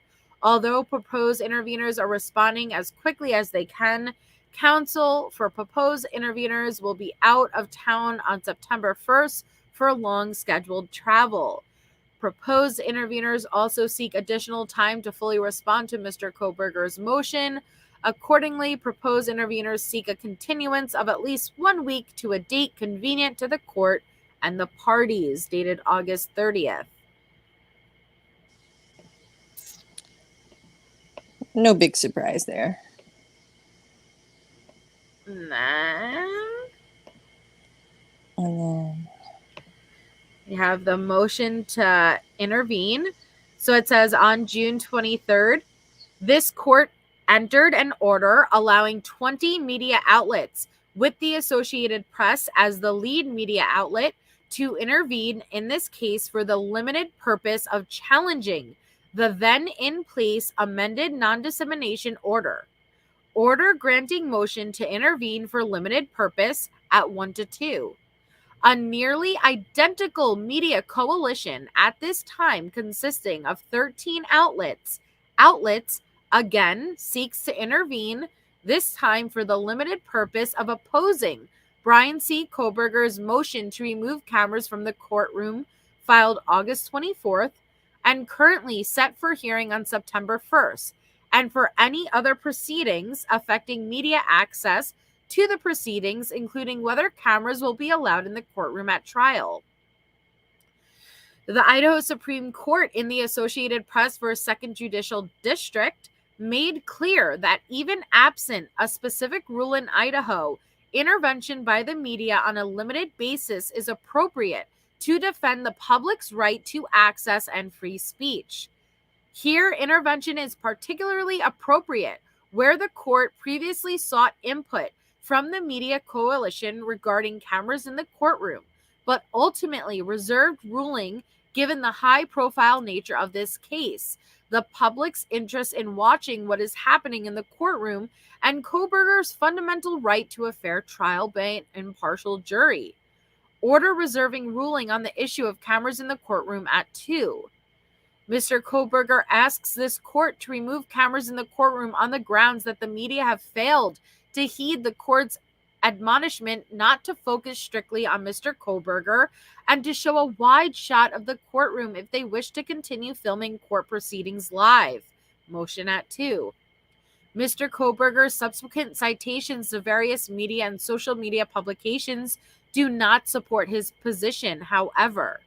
For example, Mr. Kohberger cites to a Fox News article that describes the court's statement to photographers and camera persons that they should not focus exclusively on Mr. Kohberger. The Fox News story does not focus strictly on Mr. Kohberger, however. It includes photos of A. Mr. Kohberger and defense counsel Jay Logston entering the courtroom, B. defense counsel Ann Taylor and Alyssa Massif entering the courtroom, C. Lada County prosecuting attorney Bill Thompson entering the courtroom, D. the murder victims, E. Mr. Kohberger entering the courtroom, and F. a still photo from video of an Indiana law enforcement stop of the vehicle Mr. Kohberger and his father were in on December 15, 2022. See Exhibit A attached. In addition, although Mr. Kohberger argues that he is entitled to defend himself against capital charges without cameras focused on his fly, that assertion misstates the role that courtroom camera coverage played in the X, formerly Twitter, social media post that appears on page 3 of his motion. No photographs or camera coverage focused on Mr. Kohberger's fly. Rather, one random X user modified a photo showing Mr. Kohberger and a deputy entering the courtroom by cropping it to a very small size, focusing on his belt and adding a reference to Mr. Kohberger's fly. Motion at 3. It's so funny that you calling it fly. I know. And I'm thinking back to that day you were trying to find it for me. I know. I was like, apparently. Even the crop photo itself does not focus on Mr. Kohberger's fly.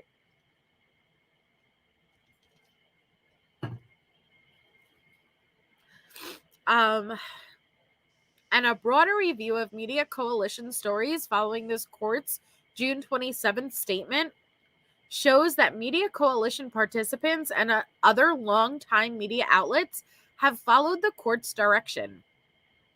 For example, a KTVB story covering the August 23rd hearing showed a variety of camera shots, including A, a broad shot that showed the entire courtroom, both counsel tables and the bench, B, a close-up of the judge, C, a slightly zoomed-in shot of Mr. Kohberger and his counsel, in which the Zoom feed also could be seen, D, still shots of the victims, and E, an interview of a legal analyst.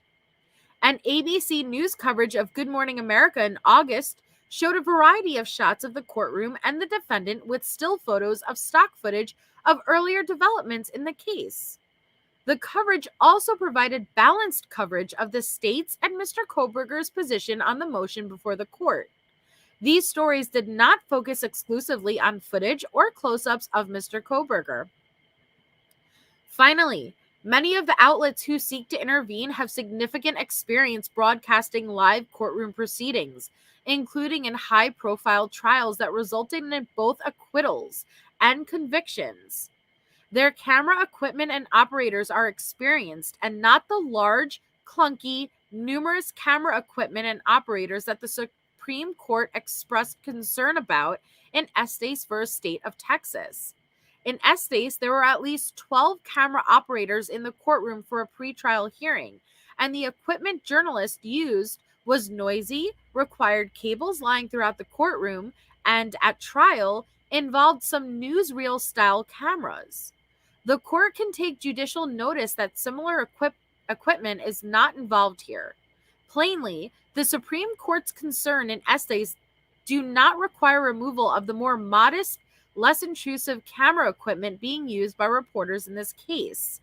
Accordingly, the Media Coalition seeks to intervene for the limited purpose of opposing Mr. Kohberger's motion to remove cameras from the courtroom and to make full argument and briefing on this issue, dated August 30th, 2023. And this is Exhibit A. And it says, Brian Kohberger, judge, issues warning to media at start of hearing on Idaho student's murder, quadruple stabbing suspect. So this is just the article, and it's showing that here it has Brian Kohberger walking into the courtroom, Anne walking into the courtroom, Bill Thompson, oh shit, the victims, Brian again, and then the traffic stop. They're right, man. What do you guys think? I think that they explained it and handled it well. I mean, you can't, if you are providing coverage that is looking at different facets of the courtroom and the case, then I don't think that's a sole focus on him. And I think that the media went even further to ensure when they were taking shots that other people were in those shots. Yeah.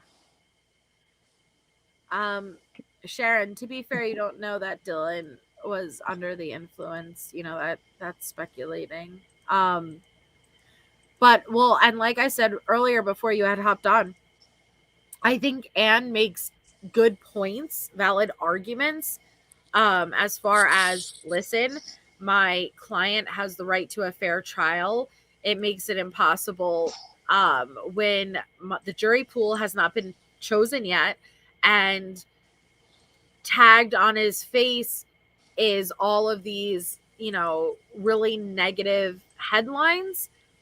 But whether or not that really has nothing to do with streaming the current, you know, recording these hearings, because whether they take old photographs, you cannot control the narrative. That's not going to stop the press from whatever headlines they want to use.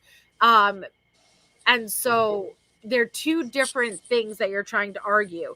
And if you really think that there is some cover up going on, if you really think that there's some backhanded shadiness, underhanded things going on, wouldn't you want the cameras in the courtroom to document all of this? Wouldn't you want to expose all of this? I think it's weird that Anne does not want cameras in the courtroom. Yeah. What do you think? No, I mean, I kind of follow more in the area of the free speech and access, that when the court system was designed the way it was to be able to be in front of your peers. And obviously, as you know, we've grown, technology has grown. This is part of that, is the access, you know, via video. I do think that doing the video access could lessen the amount of people crowding outside the court itself, and that be a less distraction, because you could possibly hear that inside the court. I don't know if you remember, like, from the Casey Anthony trial. Like, I mean, they were like pitchforking out there. It was nuts. So I think that if there is a way to be able to provide public access, safety to the people inside the courtroom, and have less of a distraction outside the courtroom so the proceedings can continue and not sway jurors, I think this is the most fair route. I'm okay with the delayed dissemination. That's completely fine. I think it makes sense. Sorry,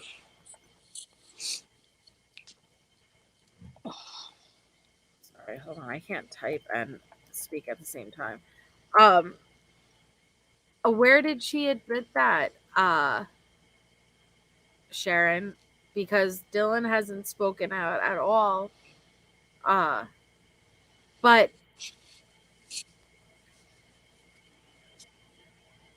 what's it called? I just think it's, well, and again, we don't know what the meeting was like with Miss Vargas, to be fair. I'm trying to be right down the middle. And I acknowledge that, yes, it is strange to do it outside of court hours, like why they wouldn't opt to have brought that up in court. I agree with that. With that being said, how do you know what she said to police, Sharon? Like, am I missing something here? With that being said, I don't know what the FBI protocol is. I don't know. There is no law that says that they can't do that. And I don't, as far as there was communication between Miss Vargas and someone else. Within that communication, she is recanting part of her testimony. There's some weird things going on. That person flipped on her, gave her in, to the point where FBI has to pay her a visit. Now, we don't know what actually took place between the FBI and Miss Vargas. Okay? We only know what Anne presented in the courtroom, brought up as an issue of concern, and we only know what Bill Thompson responded with. We don't know what actually happened. So I don't think, though, as far as cameras being in the courtroom, what does that have to do with witnesses feeling threatened, though? Because it's not a live stream. One, it's being pre-recorded. It's being recorded, not pre-recorded. It's being recorded in real time and then aired afterwards. So I don't see what that has to do with witnesses. You know what I mean? I think there would be direction from the court that if certain witnesses aren't to be on camera, they would not be on camera. Yes. And I think it also helps if you are doing the delayed stream to be more corrective in your action than accidentally show something. Like, I know I've seen in a few cases where they may have shown a little too much in areas that possibly wasn't for the public to see. Oh, in the Letitia Stark trial, they panned over and showed the full jury at one point.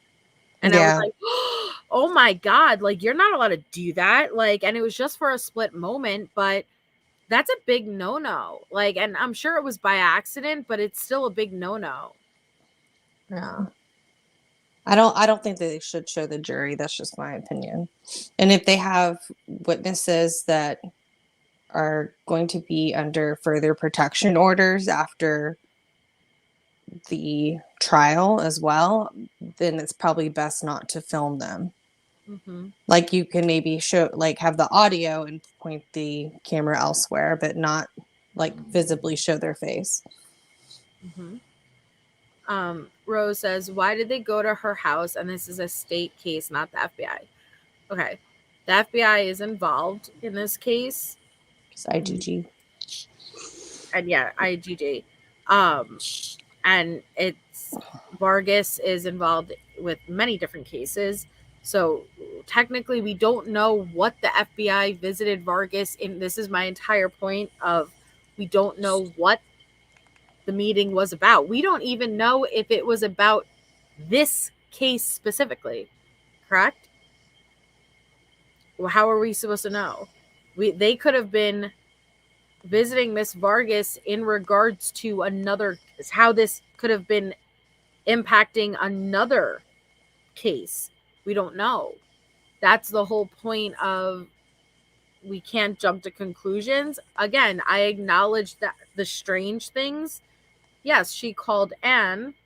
Yes, I'm not denying that point. Yes, she called Anne as soon as they left. Allegedly. Allegedly. And then Anne got up in court, brought the concerns, and then Bill rebutted with what he claimed happened. But that's what they do, right? That's my entire point, is Anne is going to make it one way. The state's going to make it another way. We don't know right now what happened.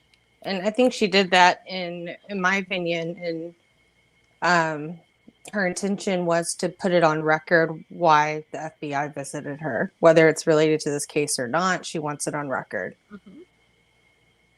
And to all of us out here who don't know why, it could cause reasonable doubt. It could just look kind of weird, and you could run with it anyway, but it's sealed, so we don't know. And that's what it is. Well, and it's doing exactly... Okay, so again, and it was Amber from ATS News who said it brilliantly, like last month when she was doing a live. I hope they recorded it too, Rose. I do. But she said, usually in a high-profile case like this, exactly, Jen, we don't know if she was interrogated. Bill Thompson says she was interviewed. Why people automatically believe Anne, and I'm not saying don't, okay? I'm not saying don't believe Anne. But what I'm saying is, people take what Anne says to be true versus what Bill says to be true, instead of, we don't know which one is more likely to be true. Who knows? You can't say one is true and the other is not. How are we supposed to know? I think to be the most impartial, then you have to evaluate both sides equally. Yes. It's very fair. But Amber from ATS News was explaining how during these very high-profile cases, usually you have the defense attorneys on mainstream media advocating for their clients. Usually push it, right? Usually they're pushing for their alibi or controlling that narrative. They're usually out there doing interviews, and they're getting that, they're garnering support and pushing that narrative. She cannot do that because of the gag order. Right. Anne is still achieving that exact thing through her motions and how she chooses to word things. Look at how we're all, oh my God, just from how she chooses to word things. And it's achieving the same goal.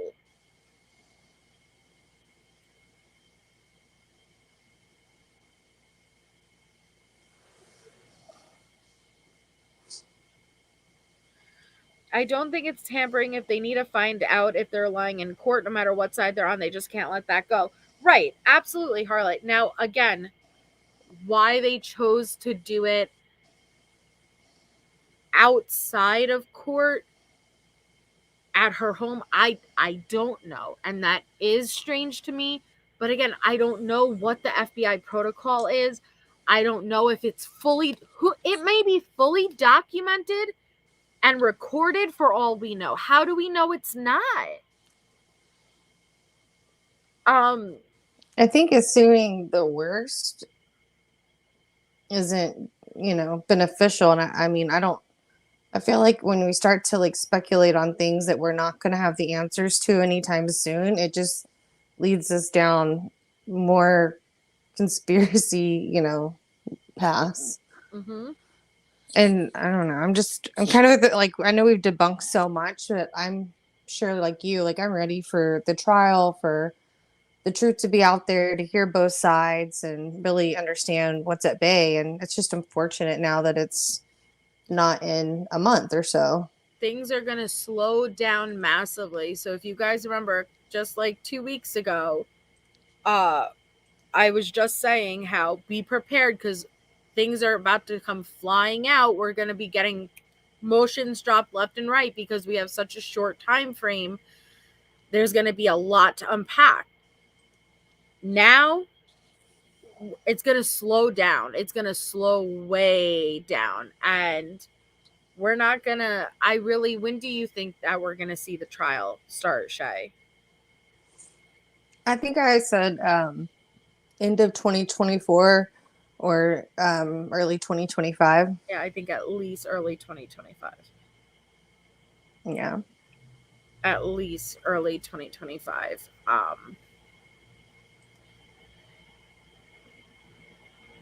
If the allegations are that a witness has lied, you deal with it. Well, if you didn't find out till after, because that's what happened, allegedly. Hi, Tallulah Shark. Dave. So it wasn't until Vargas was dismissed, she was no longer on the stand, had communications with someone, recanted part of her testimony, something like that, and then it took that person going and contacting them, and then the FBI. So it's not like it happened where they could have addressed it in real time. Well, but it was the FBI, Dave. That's what I'm trying to say. It was the FBI. We have no idea if the FBI visiting Vargas had anything to do with Brian Kohberger's case. Do you guys get that? It may have, or it may not have.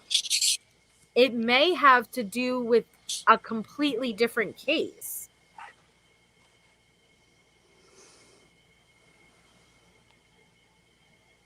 Yeah. But you wouldn't have to if it's not in regards to this case. You know what I'm saying, Dave Face? That's what I'm trying to explain to you. If the FBI visiting Vargas has to do with a completely different case, why would you bring Vargas up in Brian Kohbergers? This is Brian Kohbergers hearings. You wouldn't recall her if it's about a different case.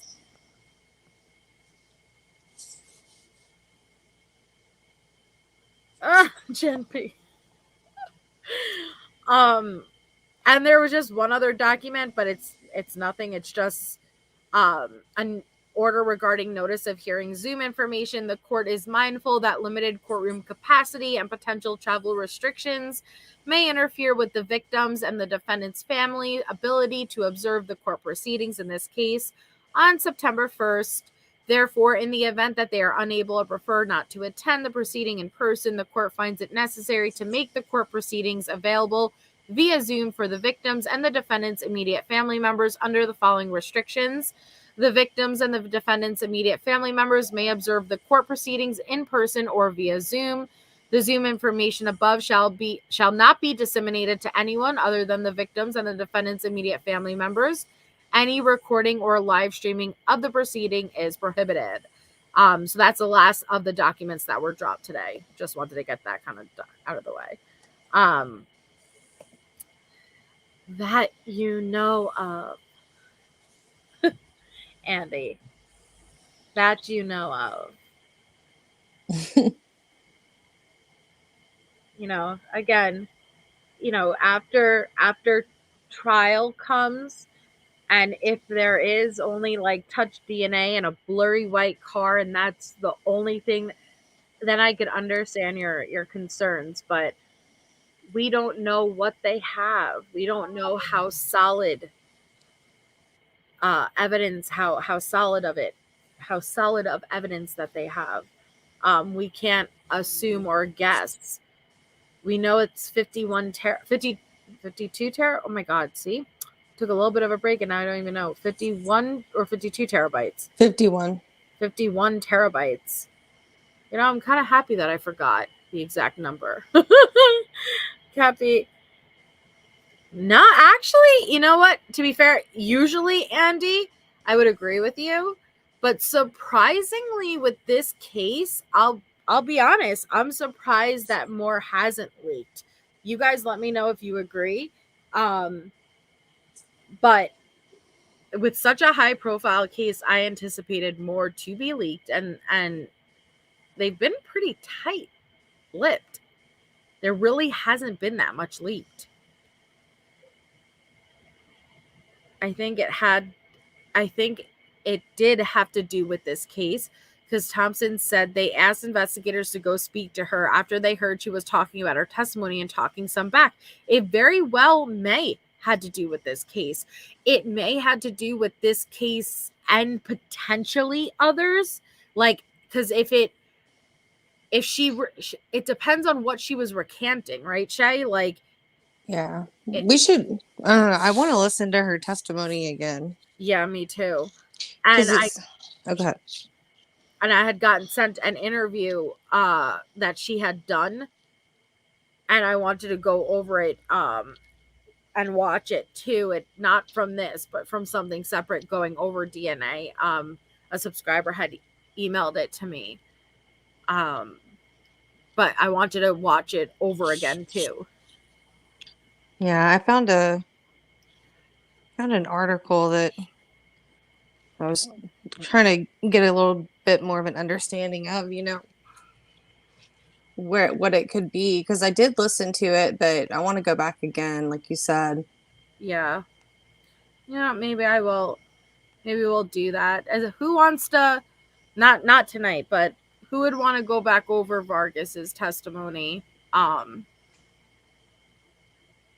listen again and see if we find anything interesting?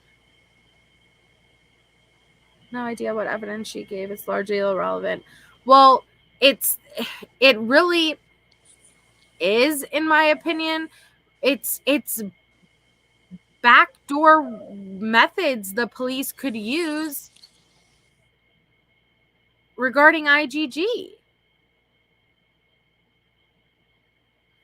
You don't know what they have, but Anne does. And if there was more, there would be motions challenging other evidence. Yeah, Cholula. Agreed.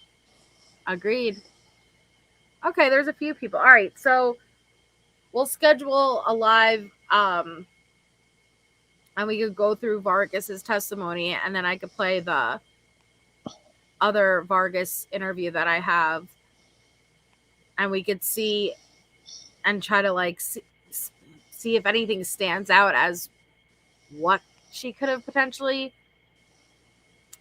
even though it'd be just taking a shot in the dark trying to figure out what she recanted. But like, no, we don't know what. That's the hard part, Amy. We don't know. But again, her entire testimony was basically backdoor methods that could be used regarding IGG, like protocol that's supposed to be followed when using genetic genealogy testing, and ways that investigators can cut corners and go around it, and directly witnessing another instance in another case where something happened, like, and so Anne was trying to prove these things do occur, and hence why I want to see how you guys built your tree that led to Brian, how you got this tip to prove to me that you guys didn't do what Vargas is testifying many others did. Mm-hmm.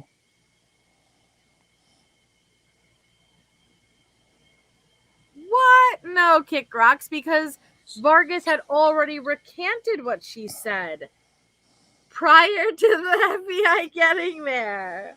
But that's silly. Oh, okay. Here, let me pull this up.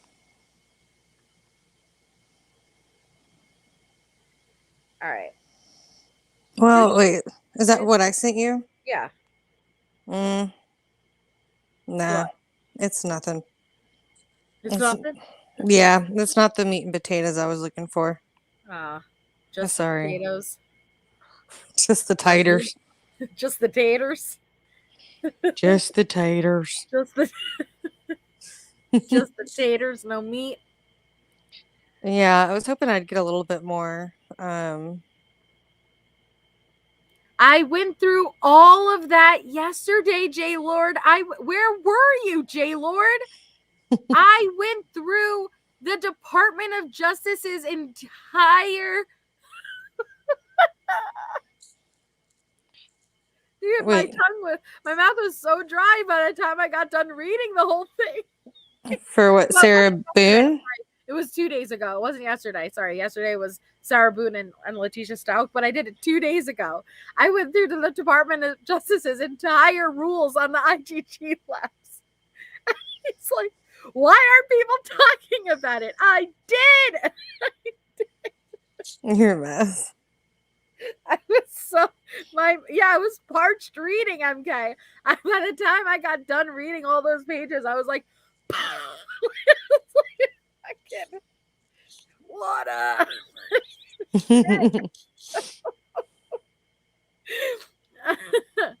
Well, no. To be fair, sorry.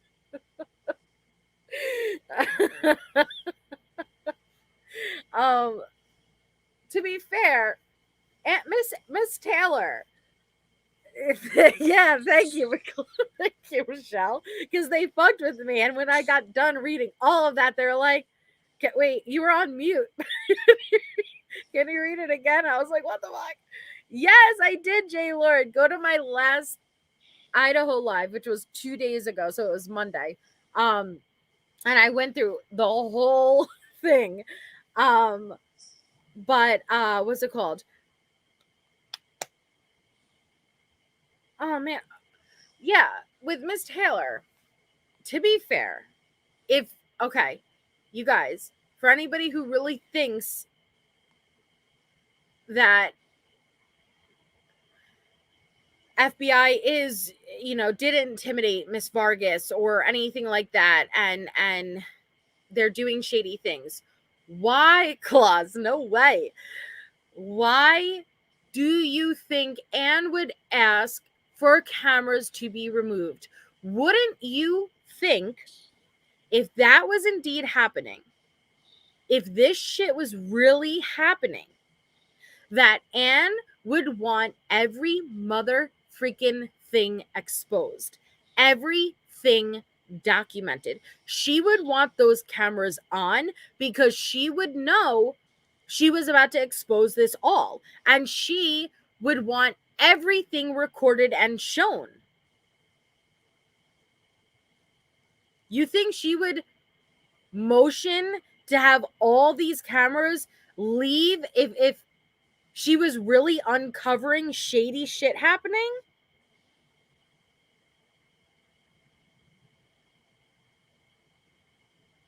Yeah, I found an article. It says, in her declaration Thursday, the defense expert says that while IGG has revolutionized cold case investigations and transformed the way violent crime suspects and skeletal remains are identified, the database tools involved have known loopholes that can bypass consent, enabling authorities matches of people who have uploaded their profiles but have not opted into law enforcement matching.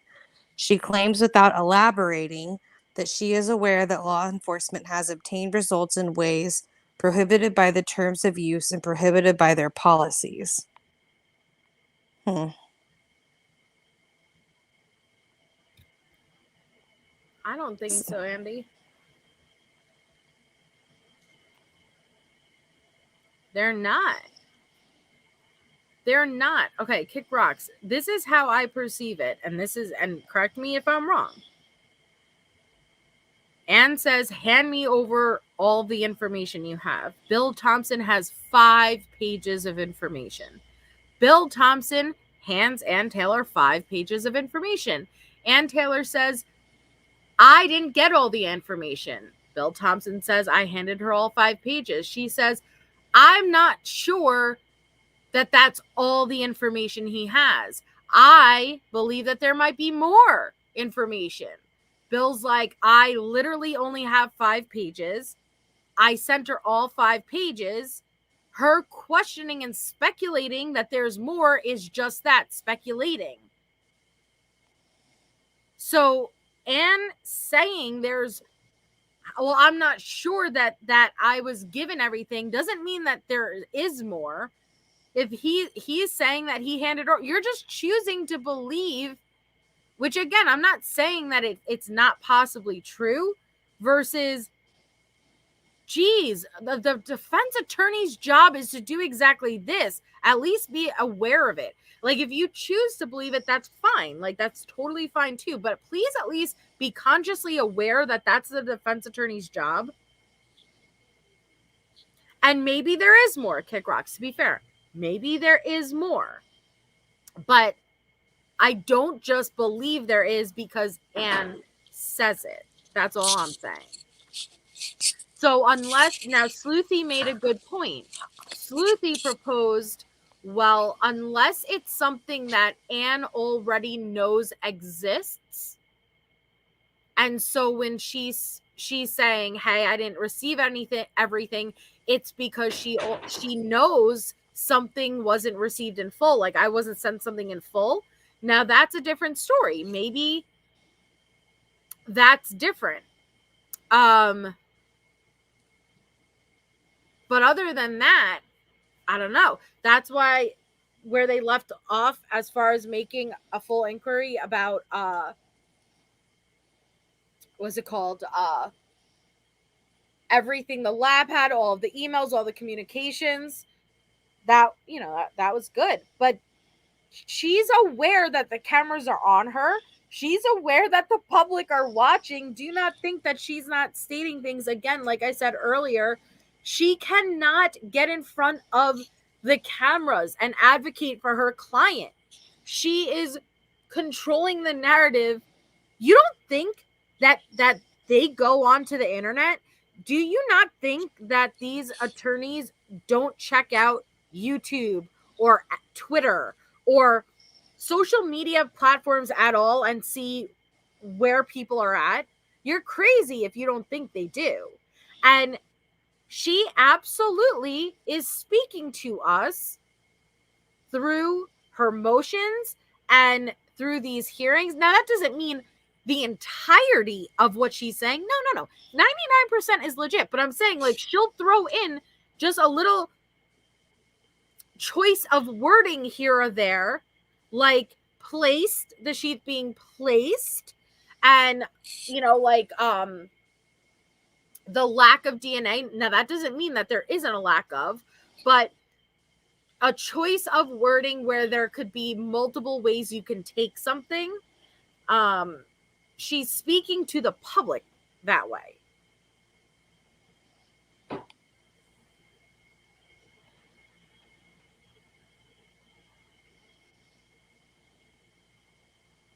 Okay.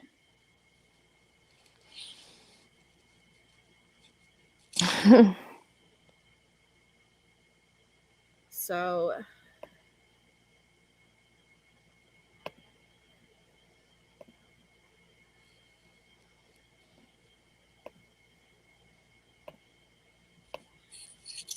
this one, right? Yeah, that one talks about what they went over in trial, and then the second one I sent you is from the from the hearing on August 18th. Okay. And then the second one I sent you is the one where it talks about after she was visited in court in that hearing. Perfect. Twatter clause. So this one says DNA genetic genealogy focuses on Kohberger hearing in Idaho 4 murders. So DNA and investigative genetic genealogy took center stage Friday during a motions hearing in Brian Kohberger's quadruple murder case in Idaho. Prosecutors have asked John Judge to issue a protective order on the genetic genealogy information used to identify Brian Kohberger as a suspect. A protective order would keep that information confidential so Kohbergers' defense team would not be able to view it. However, Kohbergers' attorneys say they should be allowed to see the process that led police to their client's doorstep in December 2022. The FBI used genetic genealogy from DNA found on a snap of a K-bar knife sheath found next to Maddie Mogen's body. Kohberger faces the possibility of the death penalty if convicted of the murders of Maddie, Kaylee, Xana, and Ethan. So genetic genealogy led police to Brian. Investigators turned to genetic genealogy after they couldn't identify a suspect by submitting the DNA from the sheath to a DNA database for known felons called CODIS. A private lab developed a single nucleotide polymorphism profile and turned it over to the FBI to use it in the investigative genetic genealogy process. Kohbergers' defense team wants to know how the FBI used the second SNP profile to lead them to Kohberger. Prosecutors have said in the motion for a protective order that the FBI may have written notes on the process and followed U.S. Department of Justice protocols. However, prosecutors said they didn't have those materials. Kohbergers' lawyers say they should be able to see how many other potential suspects were overlooked. But prosecutors say that doesn't matter, since the DNA on the sheath was a statistical match to the DNA taken from Kohbergers' cheek after his arrest. They call IgG a lead or a tip that gives them a person to investigate. Terms of service violations and opting out? Kohbergers' lawyers called 3 experts to testify about DNA and IgG Friday. Defense attorney and DNA expert Stephen Mercer testified about reasonable expectations of privacy that people have when submitting DNA to websites. Kohbergers' attorney Ann Taylor questioned Leah Larkin, an expert in genetic genealogy who calls herself the DNA Geek on her website, about the websites that allow law enforcement to access the DNA profiles of customers who submit samples to research their heritage. Larkin testified that Family Tree DNA, GED Match, DNA Justice, and a database operated by Authorum Labs allow law enforcement to access genetic genealogy data. Taylor also asked about the terms of service agreements for each site. Larkin said GED Match's terms of service have changed. For instance, a customer submitting a new kit to GED Match would have to opt in to allow law enforcement to search the profile. Larkin said Family Tree DNA automatically opts a customer in to allow law enforcement to search the profile. A customer can opt out but has to search for that option. Possible terms of service violations are of interest to Kohbergers' team. If law enforcement access a database they weren't supposed to use, that could lead to a possible legal challenge. The genetic genealogy identification led to further investigation of Kohberger.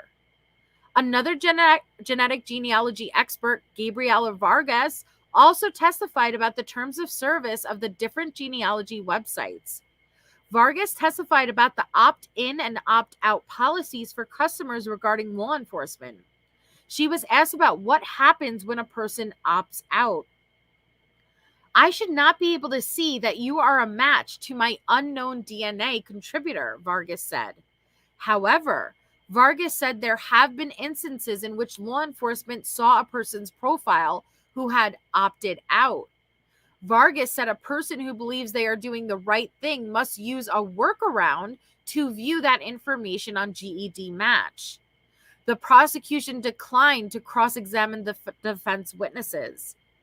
Kohbergers' defense argued that the testimony of their witnesses showed there is so much they don't know about the process that led law enforcement to their client. Attorney Alyssa Massif feels it's suspicious that they must fight for everything they request. Idaho Assistant Attorney General Jeff Nye said possible violations of terms of service are not enough to force disclosure of the genetic genealogy information. Nye also said they've turned over the DNA test results, which will be presented at trial. Judge seemed skeptical of that argument and said he didn't want to go through an entire trial in a death penalty case to later find out during an appeal that the defense didn't have the documents it should have. Judge said he would rule on the genetic genealogy issue later.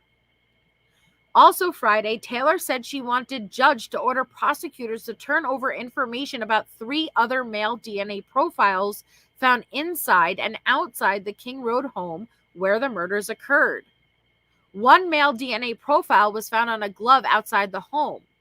2 other unknown DNA profiles were found inside the house, according to the defense. Leda County Prosecutor Bill Thompson said they didn't know the unknown male DNA would be an issue brought up in court Friday. We have given them everything that we've received from the lab. They've asked for DNA workups on other people. To the extent that they don't have them, they weren't done. We can't provide something that doesn't exist, Thompson said. Prosecutors have demanded that the defense produce information about Kohbergers' alibi if he presents one at trial. Thus far, his attorneys have only said that Kohberger was out driving alone at the time of the murders. Under Idaho statute, the prosecutor said they have the right to know whether Kohberger will present an alibi, and he should disclose any witnesses he intends to present.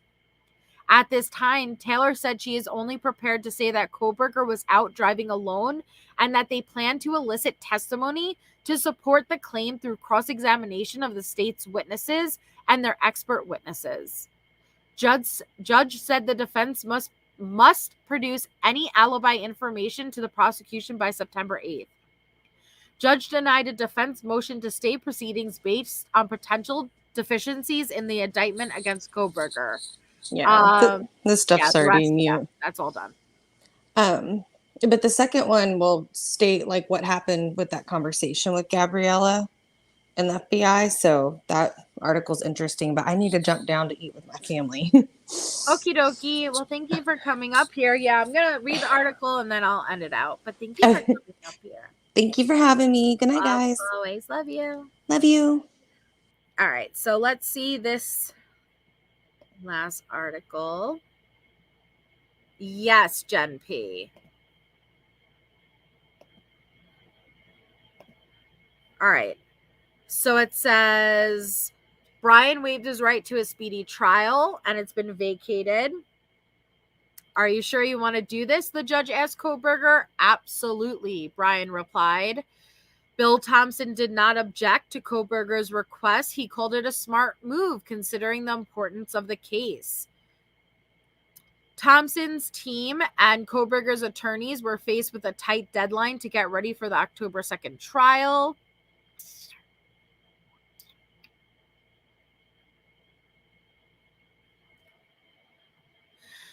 Ann Taylor is continuing to fight Kohberger's grand jury indictment based on what her team sees as errors in the selection process and the standard of proof required for an indictment. A hearing on Kohberger's motion to dismiss the indictment will be held September 1st. The indictment led to his arraignment in May, chose to stand silent rather than enter a plea during that arraignment. Following that hearing, there will be discussions with the court about setting a new schedule and a new trial date. Taylor said she will also be filing motions to strike down the possibility of a death penalty sentence. Additionally, Taylor will file a motion regarding cameras in the courtroom. She did not specify what that motion will entail, but said it was based on something that occurred during a previous hearing. Taylor also said that a witness she brought in to testify during Friday's hearing regarding the Kohberger case had been questioned by the FBI about her testimony. Gabriela Vargas, an investigative genetic genealogist, spoke in court about her experience working with law enforcement in other cases involving DNA and genealogy as evidence. Thompson stated that Vargas, while communicating with her colleagues after Friday's hearing, reneged on some of her testimony.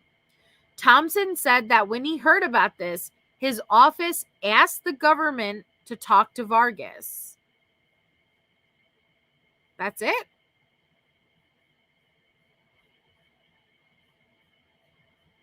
It's a weird way to end the whole article. It's a weird way to end the whole article.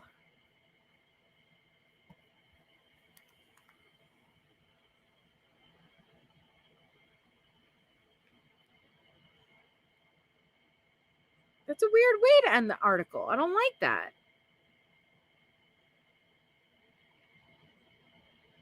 I'm not satisfied.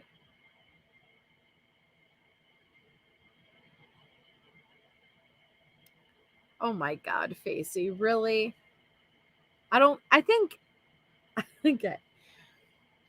think people who are obsessed with Brian being guilty. Okay. All right. Some people are going to think Brian's guilty. I'm going to take it that you think Brian is innocent, right? Why is it that you don't respect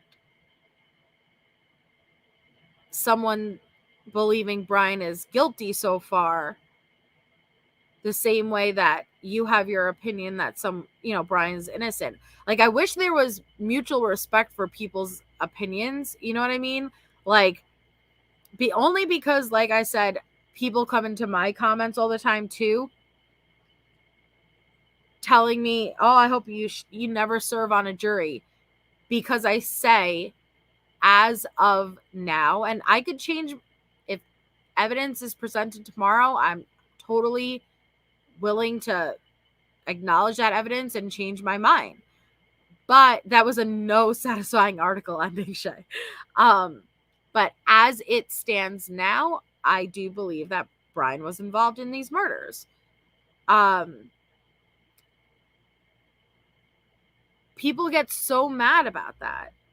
And that doesn't mean I'm obsessed with Brian being guilty. That means that that's my opinion based on the evidence I see so far. Now, if your opinion is he's not guilty, then that's just as fine, right? But I hate that we all can't respect one another. Like, you know what I mean? I don't like that. But I could tell you this, I don't think being obsessed with Brian's guilt has anything to do with his fly.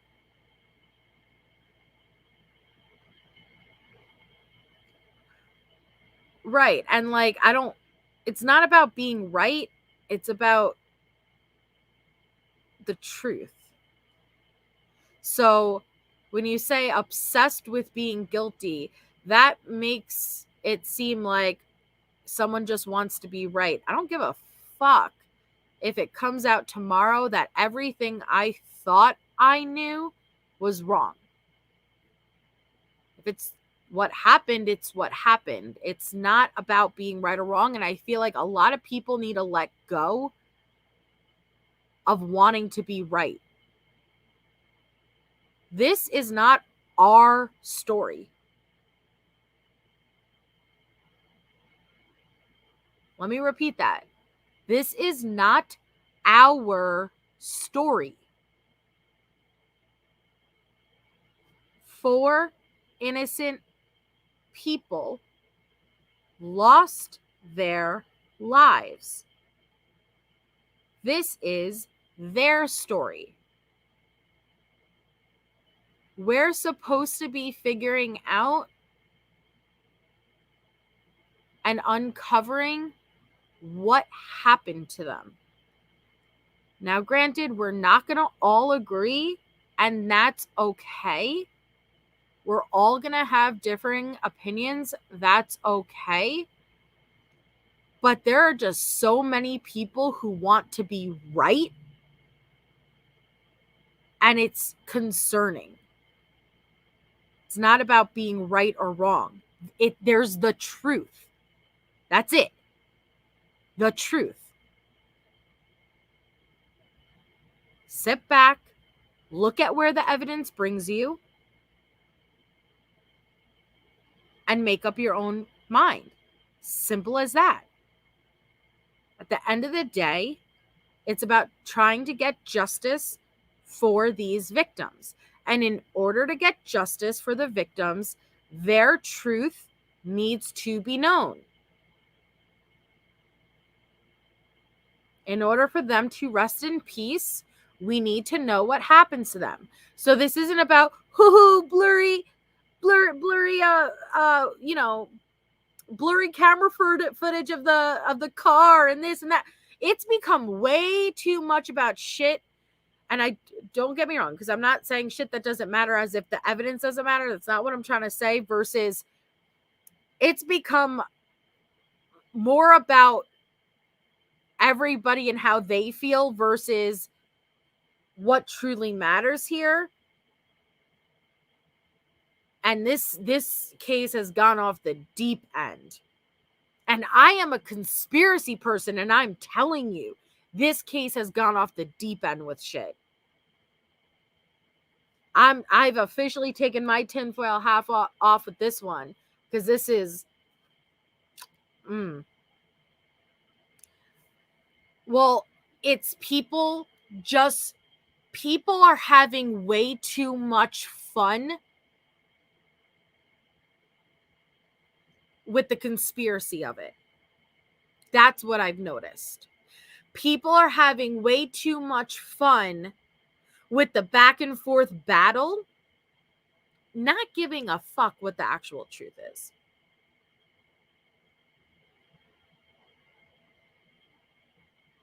Right? We're just gonna duke it out. We're just gonna battle it out. It's not about us. You need to if you're not willing to accept that you can be completely wrong and okay with it, that's a problem. You need to check yourself. If you're not okay with come tomorrow, everything you thought happened is completely wrong. If you aren't okay with accepting that, then you got a problem. Because that means that you can't accept that you're wrong. And it's not about being fucking right. Separate emotions from logic. Try to look unbiasedly. Try to be open-minded. Try to be aware that, yes, there are tactics being used by both sides. By both sides.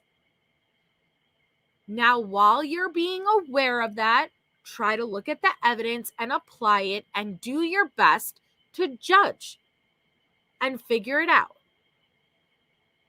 Separate your fucking own emotions and your own opinions and your own feelings and try to look at it very black and white and matter of fact.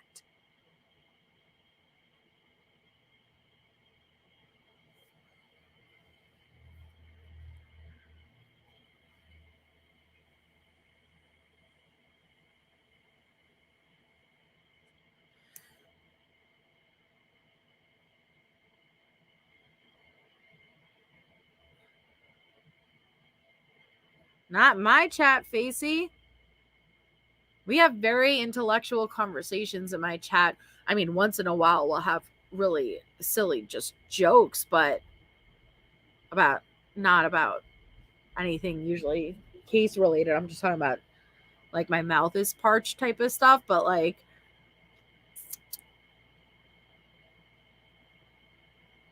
I like to debate with actual information. And we're open to all opinions and theories, but we like it if it's backed up with actual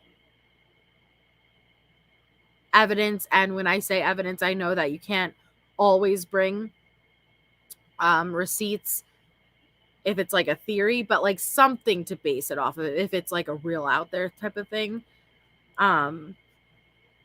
Yeah, definitely Rebecca. Yeah.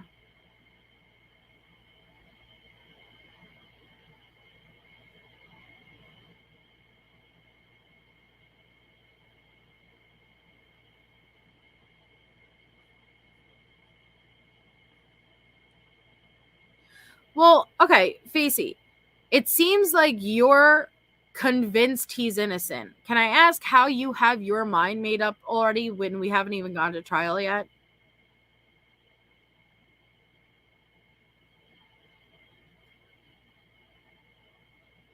I have a little bit, Ashley, but I definitely got to look into it more. I know Sleuthy has told me about it, and I've been seeing it more. And I got to look more into the Karen Reed, yeah. No, real, like, because if you're going to criticize others who think that Brian is guilty based on the circumstantial evidence so far presented against him, you seem to be pretty convinced he's not. And what is that based on?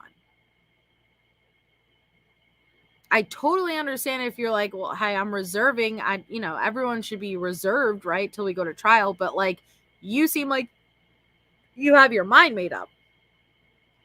It's totally possible to kill. You don't have to be superhuman. To say that's not possible is not true.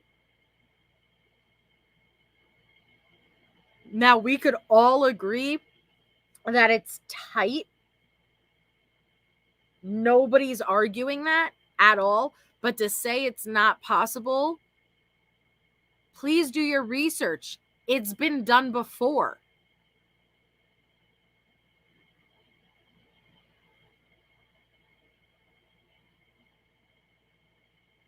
But what's not cool is to speak in a chat down to everybody else like they're idiots or they're doing something wrong because they have an opinion while expecting people to respect your opinion.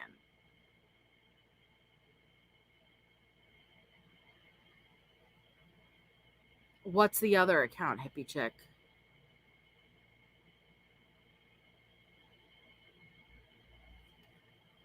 Love you, Claus.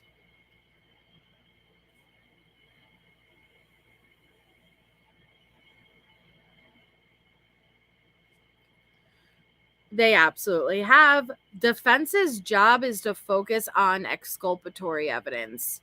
State's job is to focus on inculpatory evidence. Again, we all agree it's a tight time frame. 100%. Nobody. How can we agree on that when we don't have all the evidence, Facey? Facey, we have the PCA.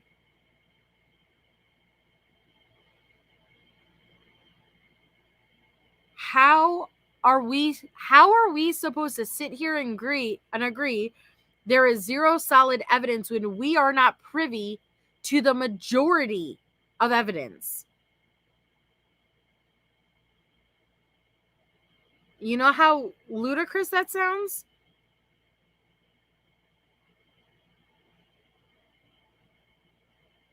We have a PCA. You aren't supposed to convict somebody based off of a PCA. You aren't supposed to think someone is guilty off a PCA. You aren't supposed to sentence someone to death off a PCA.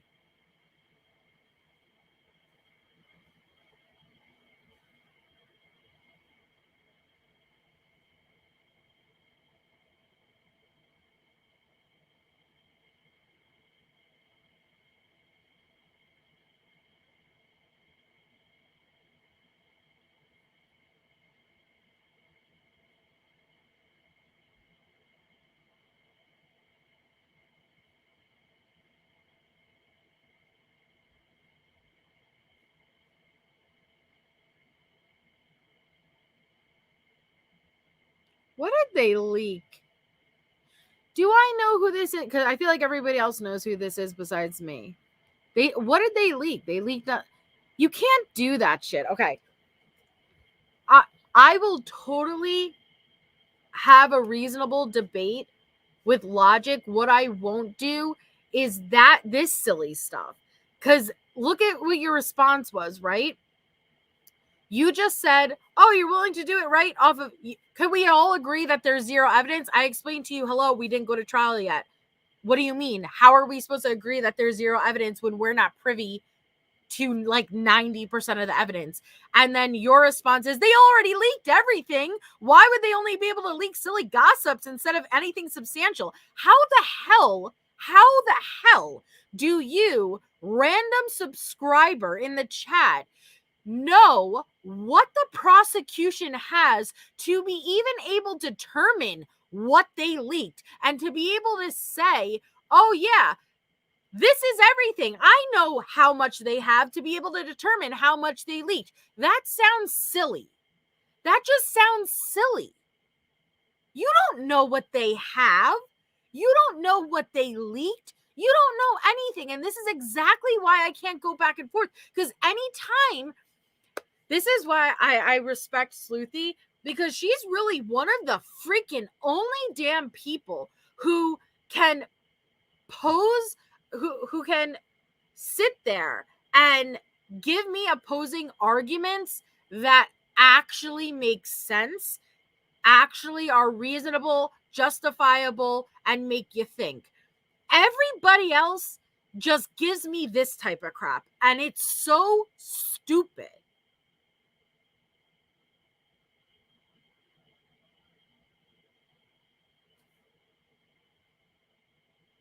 Why would who leak Brian? I don't even know what that means. Okay, tell me, why would they leak Brian? What?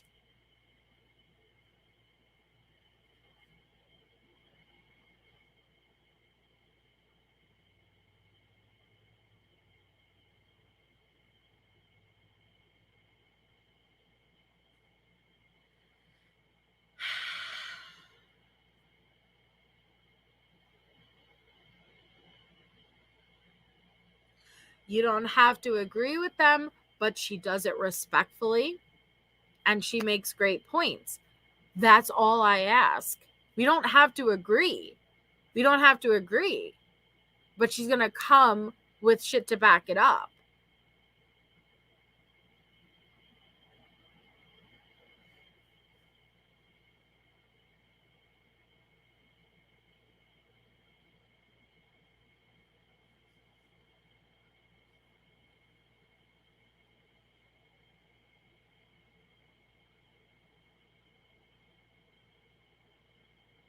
And I'm not even like, if you want to think he's innocent, that's totally fine.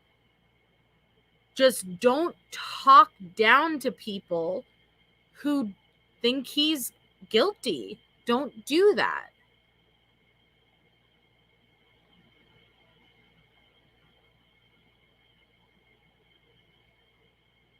Everybody's entitled to their own opinion, and we won't know everything until trial.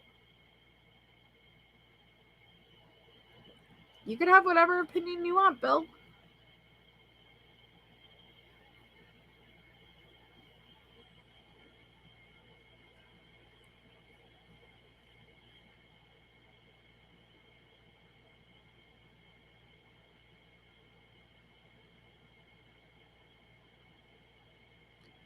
Who leaked it?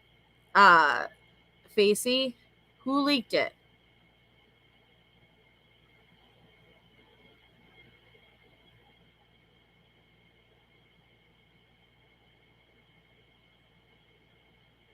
Who leaked it?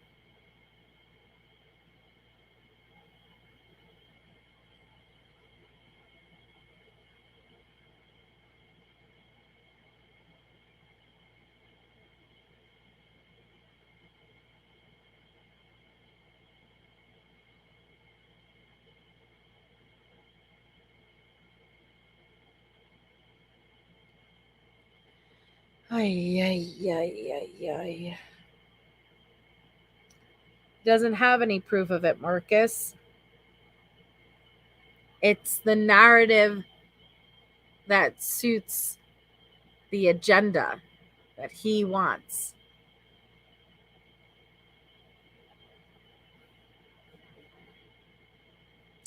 Yes, it was Bell Moon. But that doesn't fit the agenda.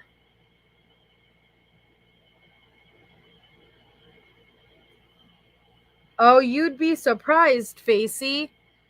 You'd be surprised what's accessible.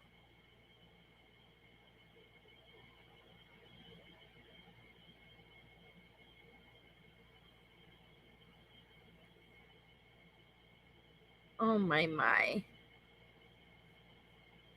So again, that's your argument as far as hi Tree Baby Tennessee.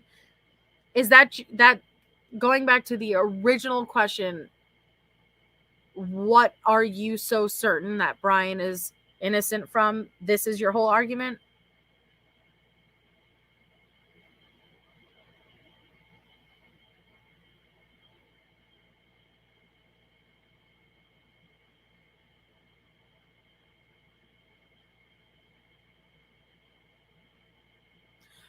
Oh, please don't tell me that's...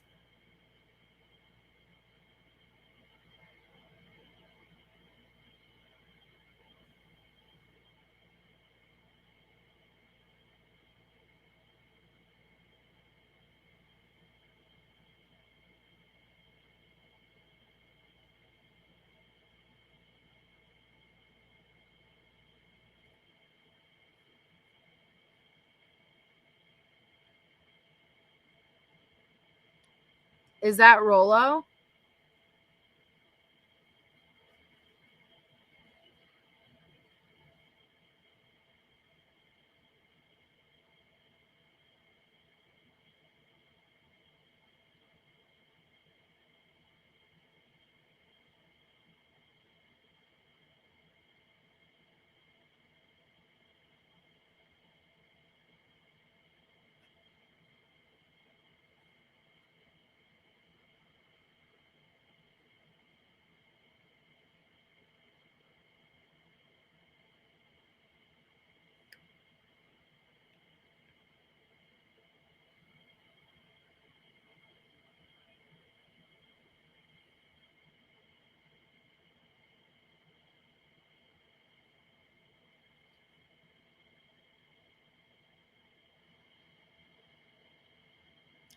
He doesn't know that they leaked Donna.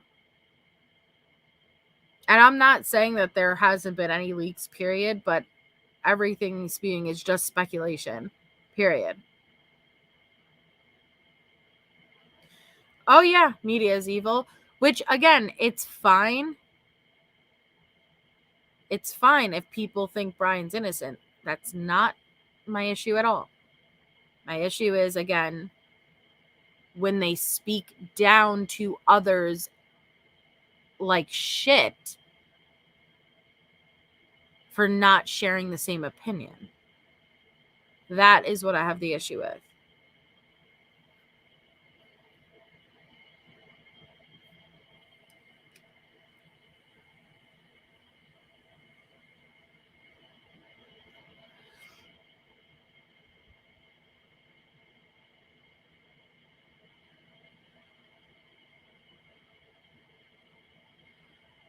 Okay.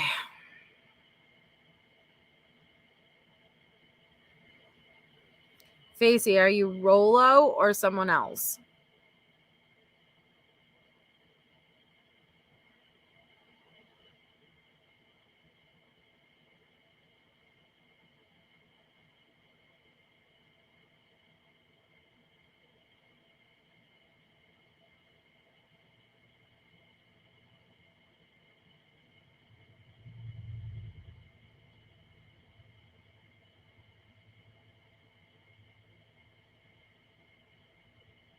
Would you like a link, Facey?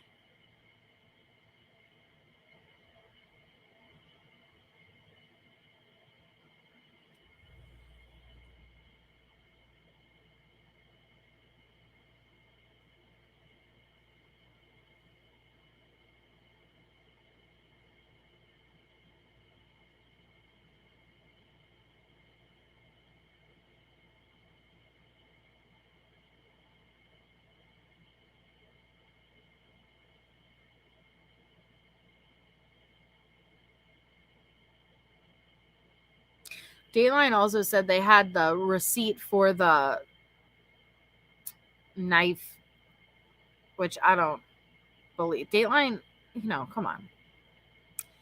Yeah, I'm sure some other time. Gotcha. Couldn't have that, right? Couldn't have that. Yeah, we got that, Alejandra. Thank you. Alejandra. I said Alejandra. I'm sorry. Alejandra. Which is a really pretty name, too. Well, I'm sure something was leaked at some point. Come on. Like, things are leaked all the time in many different cases. Like, that's not unheard of. So I'm not saying that nothing was potentially leaked at all ever in the case.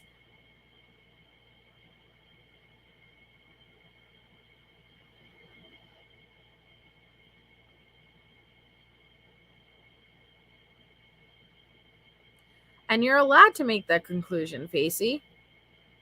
No problem.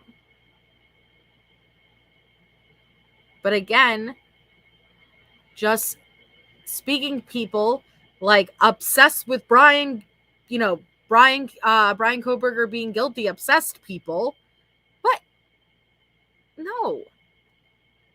People who may not share the same opinion with you are not just obsessed with him being guilty.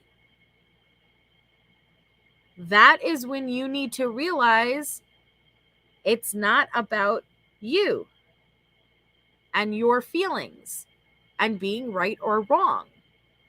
It's the truth.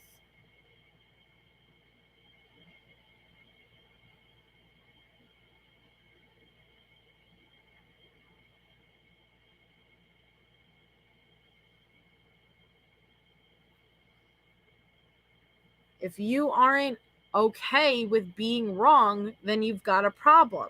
Everyone needs to be okay with being wrong.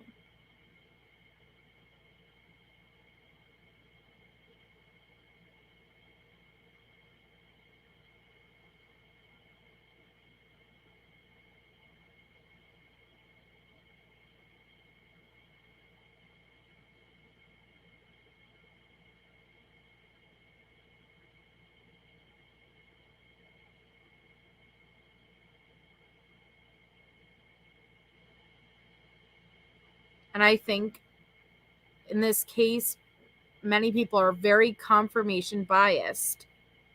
I think at this point, there's only a very small percentage of people.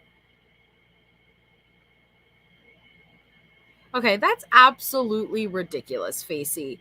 I don't know what channels you've been listening to, but if the channels you've been listening to have been equating Brian's guilt based on his looks, then you've been watching the wrong channels, because there's been plenty of evidence to be discussed and plenty of things that point in the direction of his involvement. Plenty of circumstantial evidence. So if you've been tuning into channels that focus on eyebrows and looks, then that's your own problem. Go to channels that discuss actual intellectual, logical things. Sorry.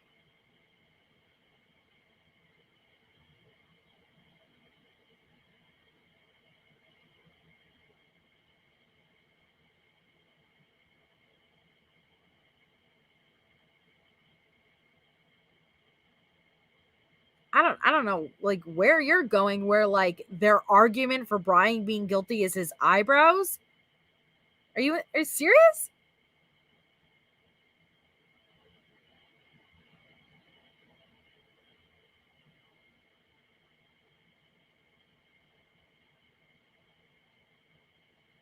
Well, we're not mainstream media here, nor do we support mainstream media here. So, okay, see, here's the thing, though, Facey. You can't use mainstream media to point out the leaks and all the things and how bad they are, but then again, use mainstream media to prove your point. You can't pick and choose when it fits your narrative. You see what I mean?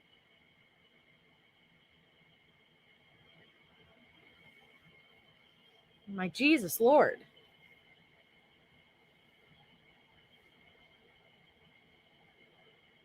Yeah, Carol Claus, please be safe and please be careful. Anyone who's in the area of the hurricane, please bunker down, be safe, get your supplies, and I'll be praying for all of you.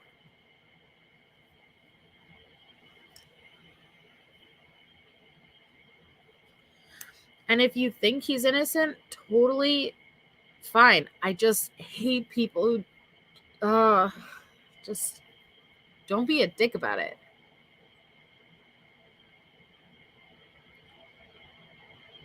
Yeah, you did, Legendary. You paid good money for that selfie. That's true, Marcus. It's Jodi Arias, too. That's crazy, LJD3. And I suggest don't watch channels that do that.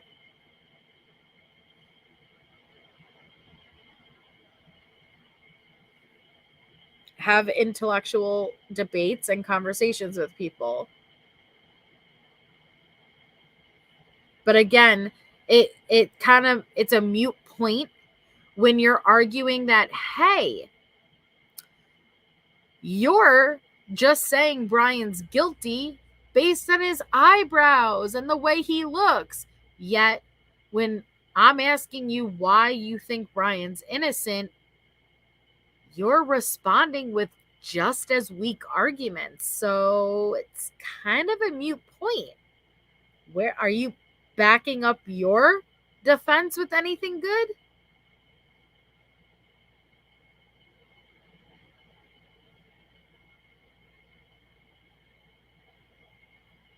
If you don't want people to use a weak argument in regards to Brian being guilty, I wouldn't use a weak argument in regards to him being innocent either.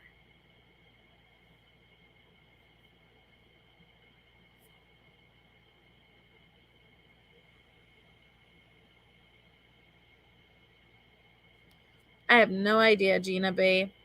But trust, I didn't even think his eyebrows were bushy. Like I said, I just thought he had deep set eye sockets.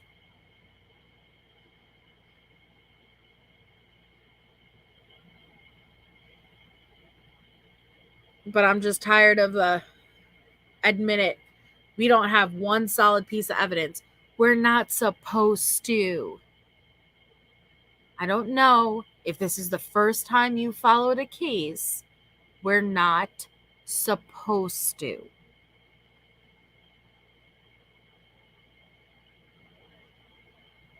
A PCA is not the end-all be-all. The PCA is supposed to be 10%. We thought we had a lot in the Letitia Stout PCA. A lot.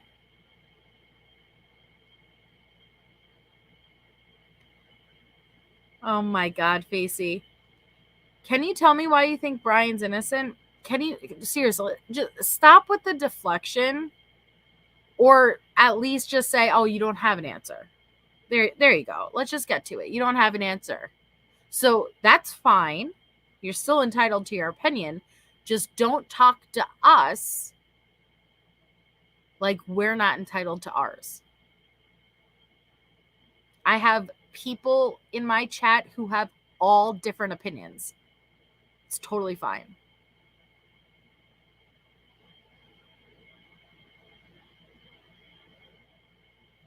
Exactly, Sue.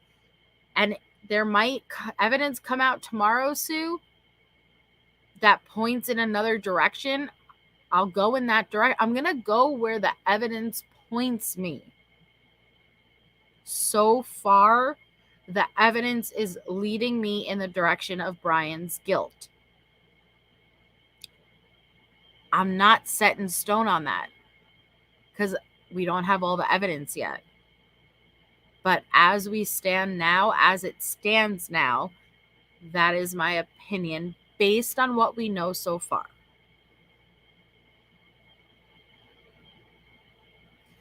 Nobody should. And that's my whole point, Shay, right? Nobody should. But everyone says, he shouldn't be convicted and sent to death on a blurry car. No shit. That is why he's not convicted on a PCA. People, it's a PCA. It's enough to make an arrest, not a conviction.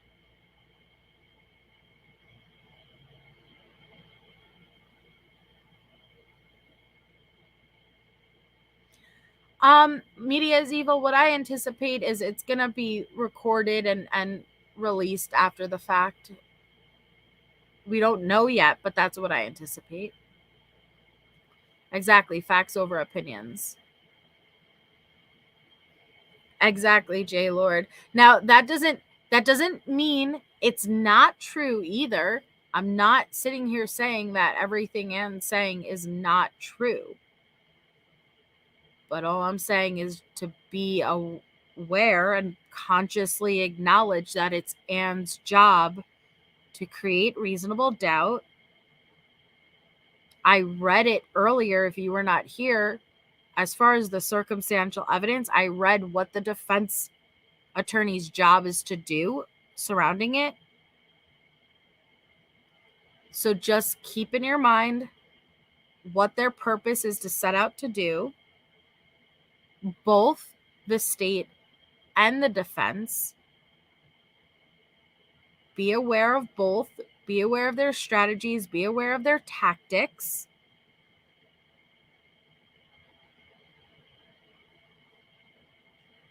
And just sit back and try to just look at everything unbiasedly. It's all you could do. Just because Anne says it doesn't make it true. Just because Anne says it doesn't make it not true.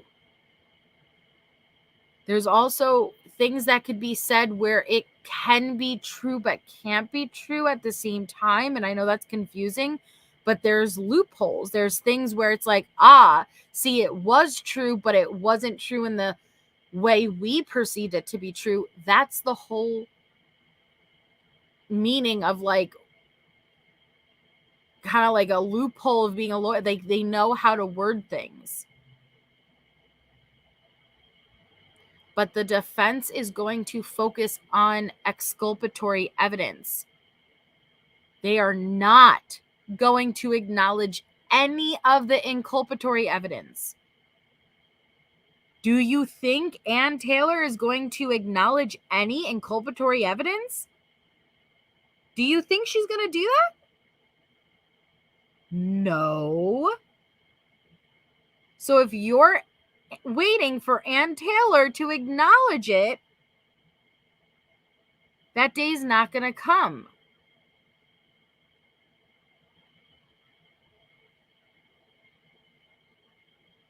And I totally respect your opinion, Facey. I totally get it. I still have issues that, I'm trying to reserve my judgments until trial. I'm hoping that come trial, we get the answers where everything falls into place and makes sense. Thank you, Richie. So I'm just trying to sit back and wait. But yeah, the layout was online. It was completely accessible and online. Every room and the whole home.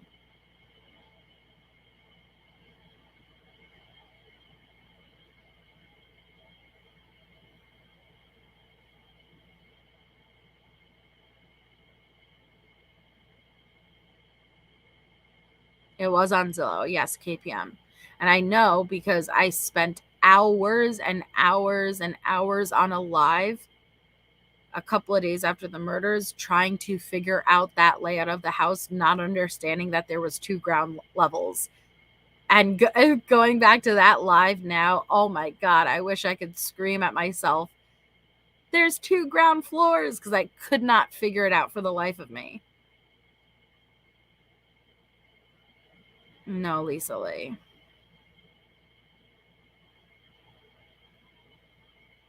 Oh no, Richie.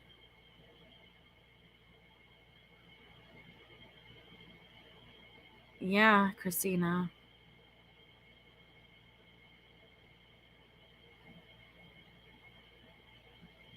Well, and you have your right to that opinion, Facey, but to be fair, you haven't stated anything other than just speculation and opinion in the chat.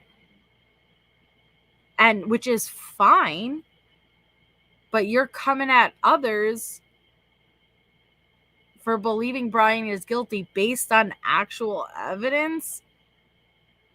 And then, you know, like, and then you don't have anything to back up your own. Like, I don't know. It is what it is.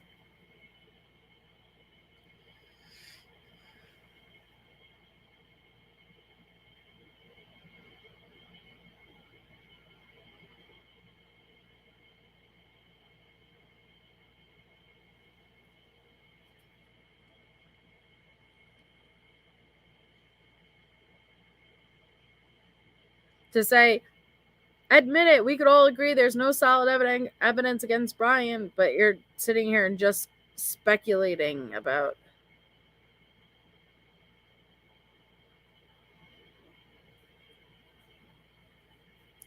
I guess we'll see. Like, one thing that I wish we could all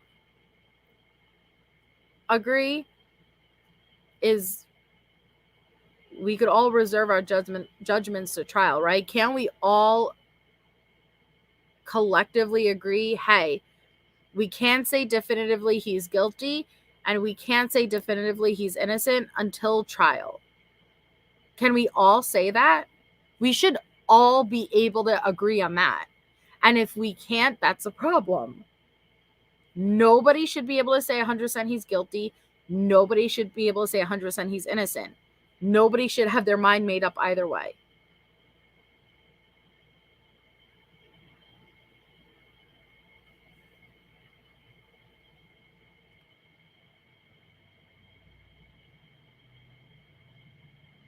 I've noticed that, Jen, and that's what my issue is that people have their mind made up. No, it's not Discovery, MK. You're 100% right. There is a difference between PCA and Discovery. Yes, if we check. But the same way nobody should be 100% he's guilty, you also shouldn't be 100% he's innocent. You shouldn't be either way. You should just be trying to chill in the middle. Obviously, you can lean in a direction, but you shouldn't be mind made up. How can you have your mind made up when we haven't gone to trial? That makes no sense. That makes no freaking sense. So again, if you find yourself saying, no, 100%, he either did or didn't do this, you need to realize, hey, there's a problem because you're biased now. You're confirmation biased. No matter what information is presented to you tomorrow, your opinion is not going to change. And that's a problem because you care more about being right and your opinion being the right one versus the truth.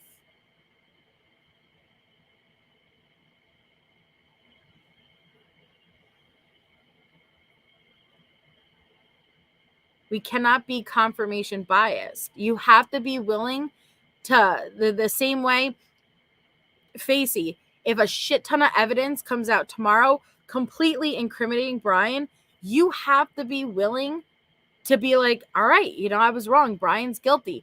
And if a shit ton of evidence comes out tomorrow exonerating Brian, I have to be willing to be, you know what? All right, I was wrong. Brian's innocent.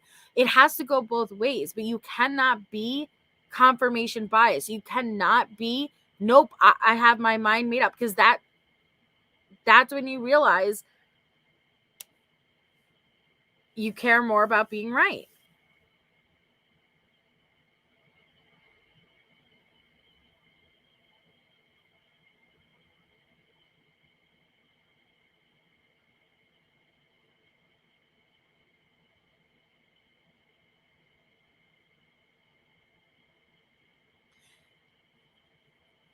I have wondered why Anna isn't challenging that so far.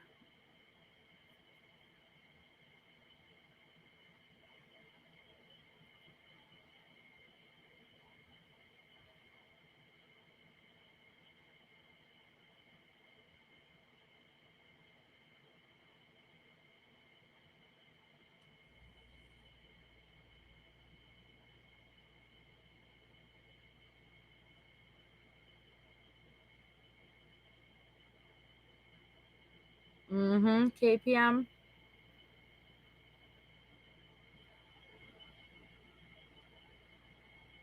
Right, Bell Moon. But I believe that, Bell Moon, that if evidence came out tomorrow, that you'd be open to going in the direction the evidence pulls you, right?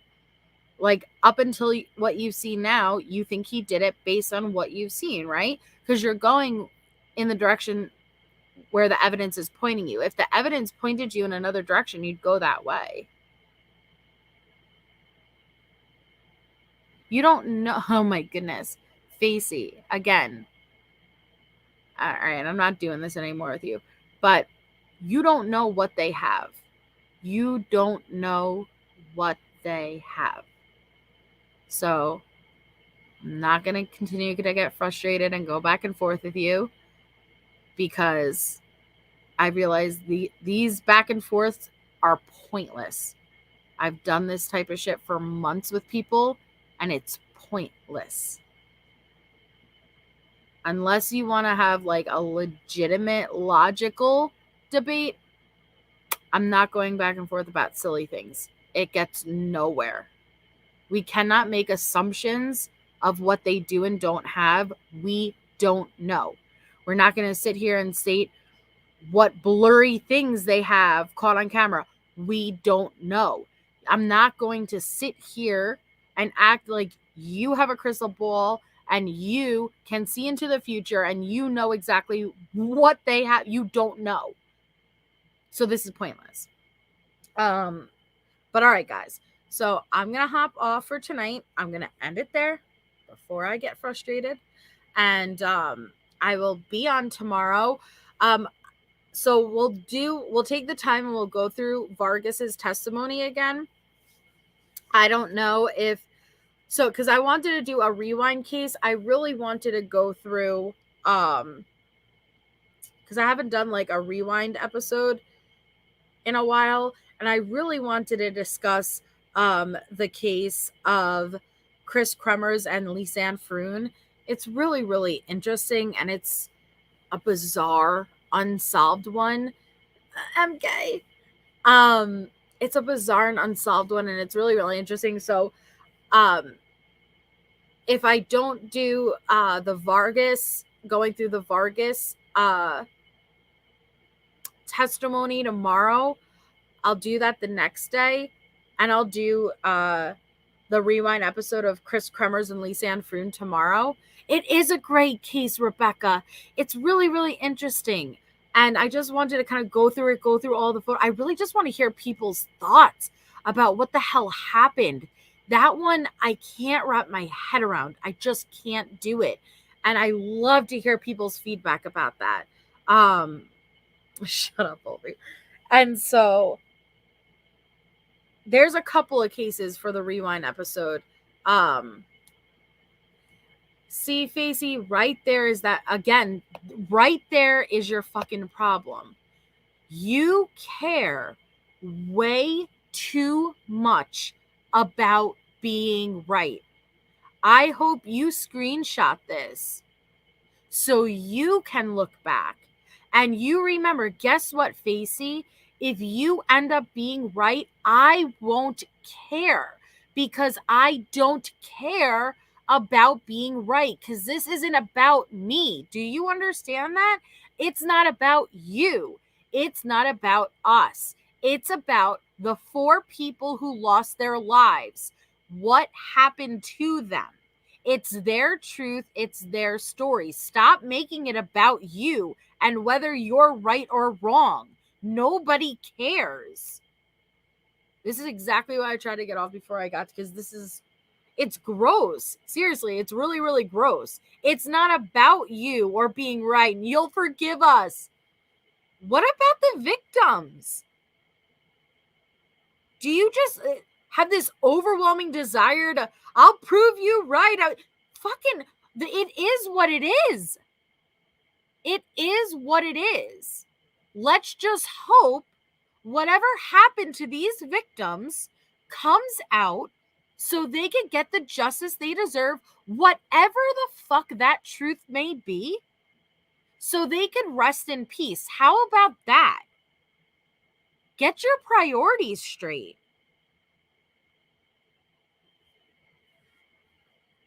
Sorry, guys.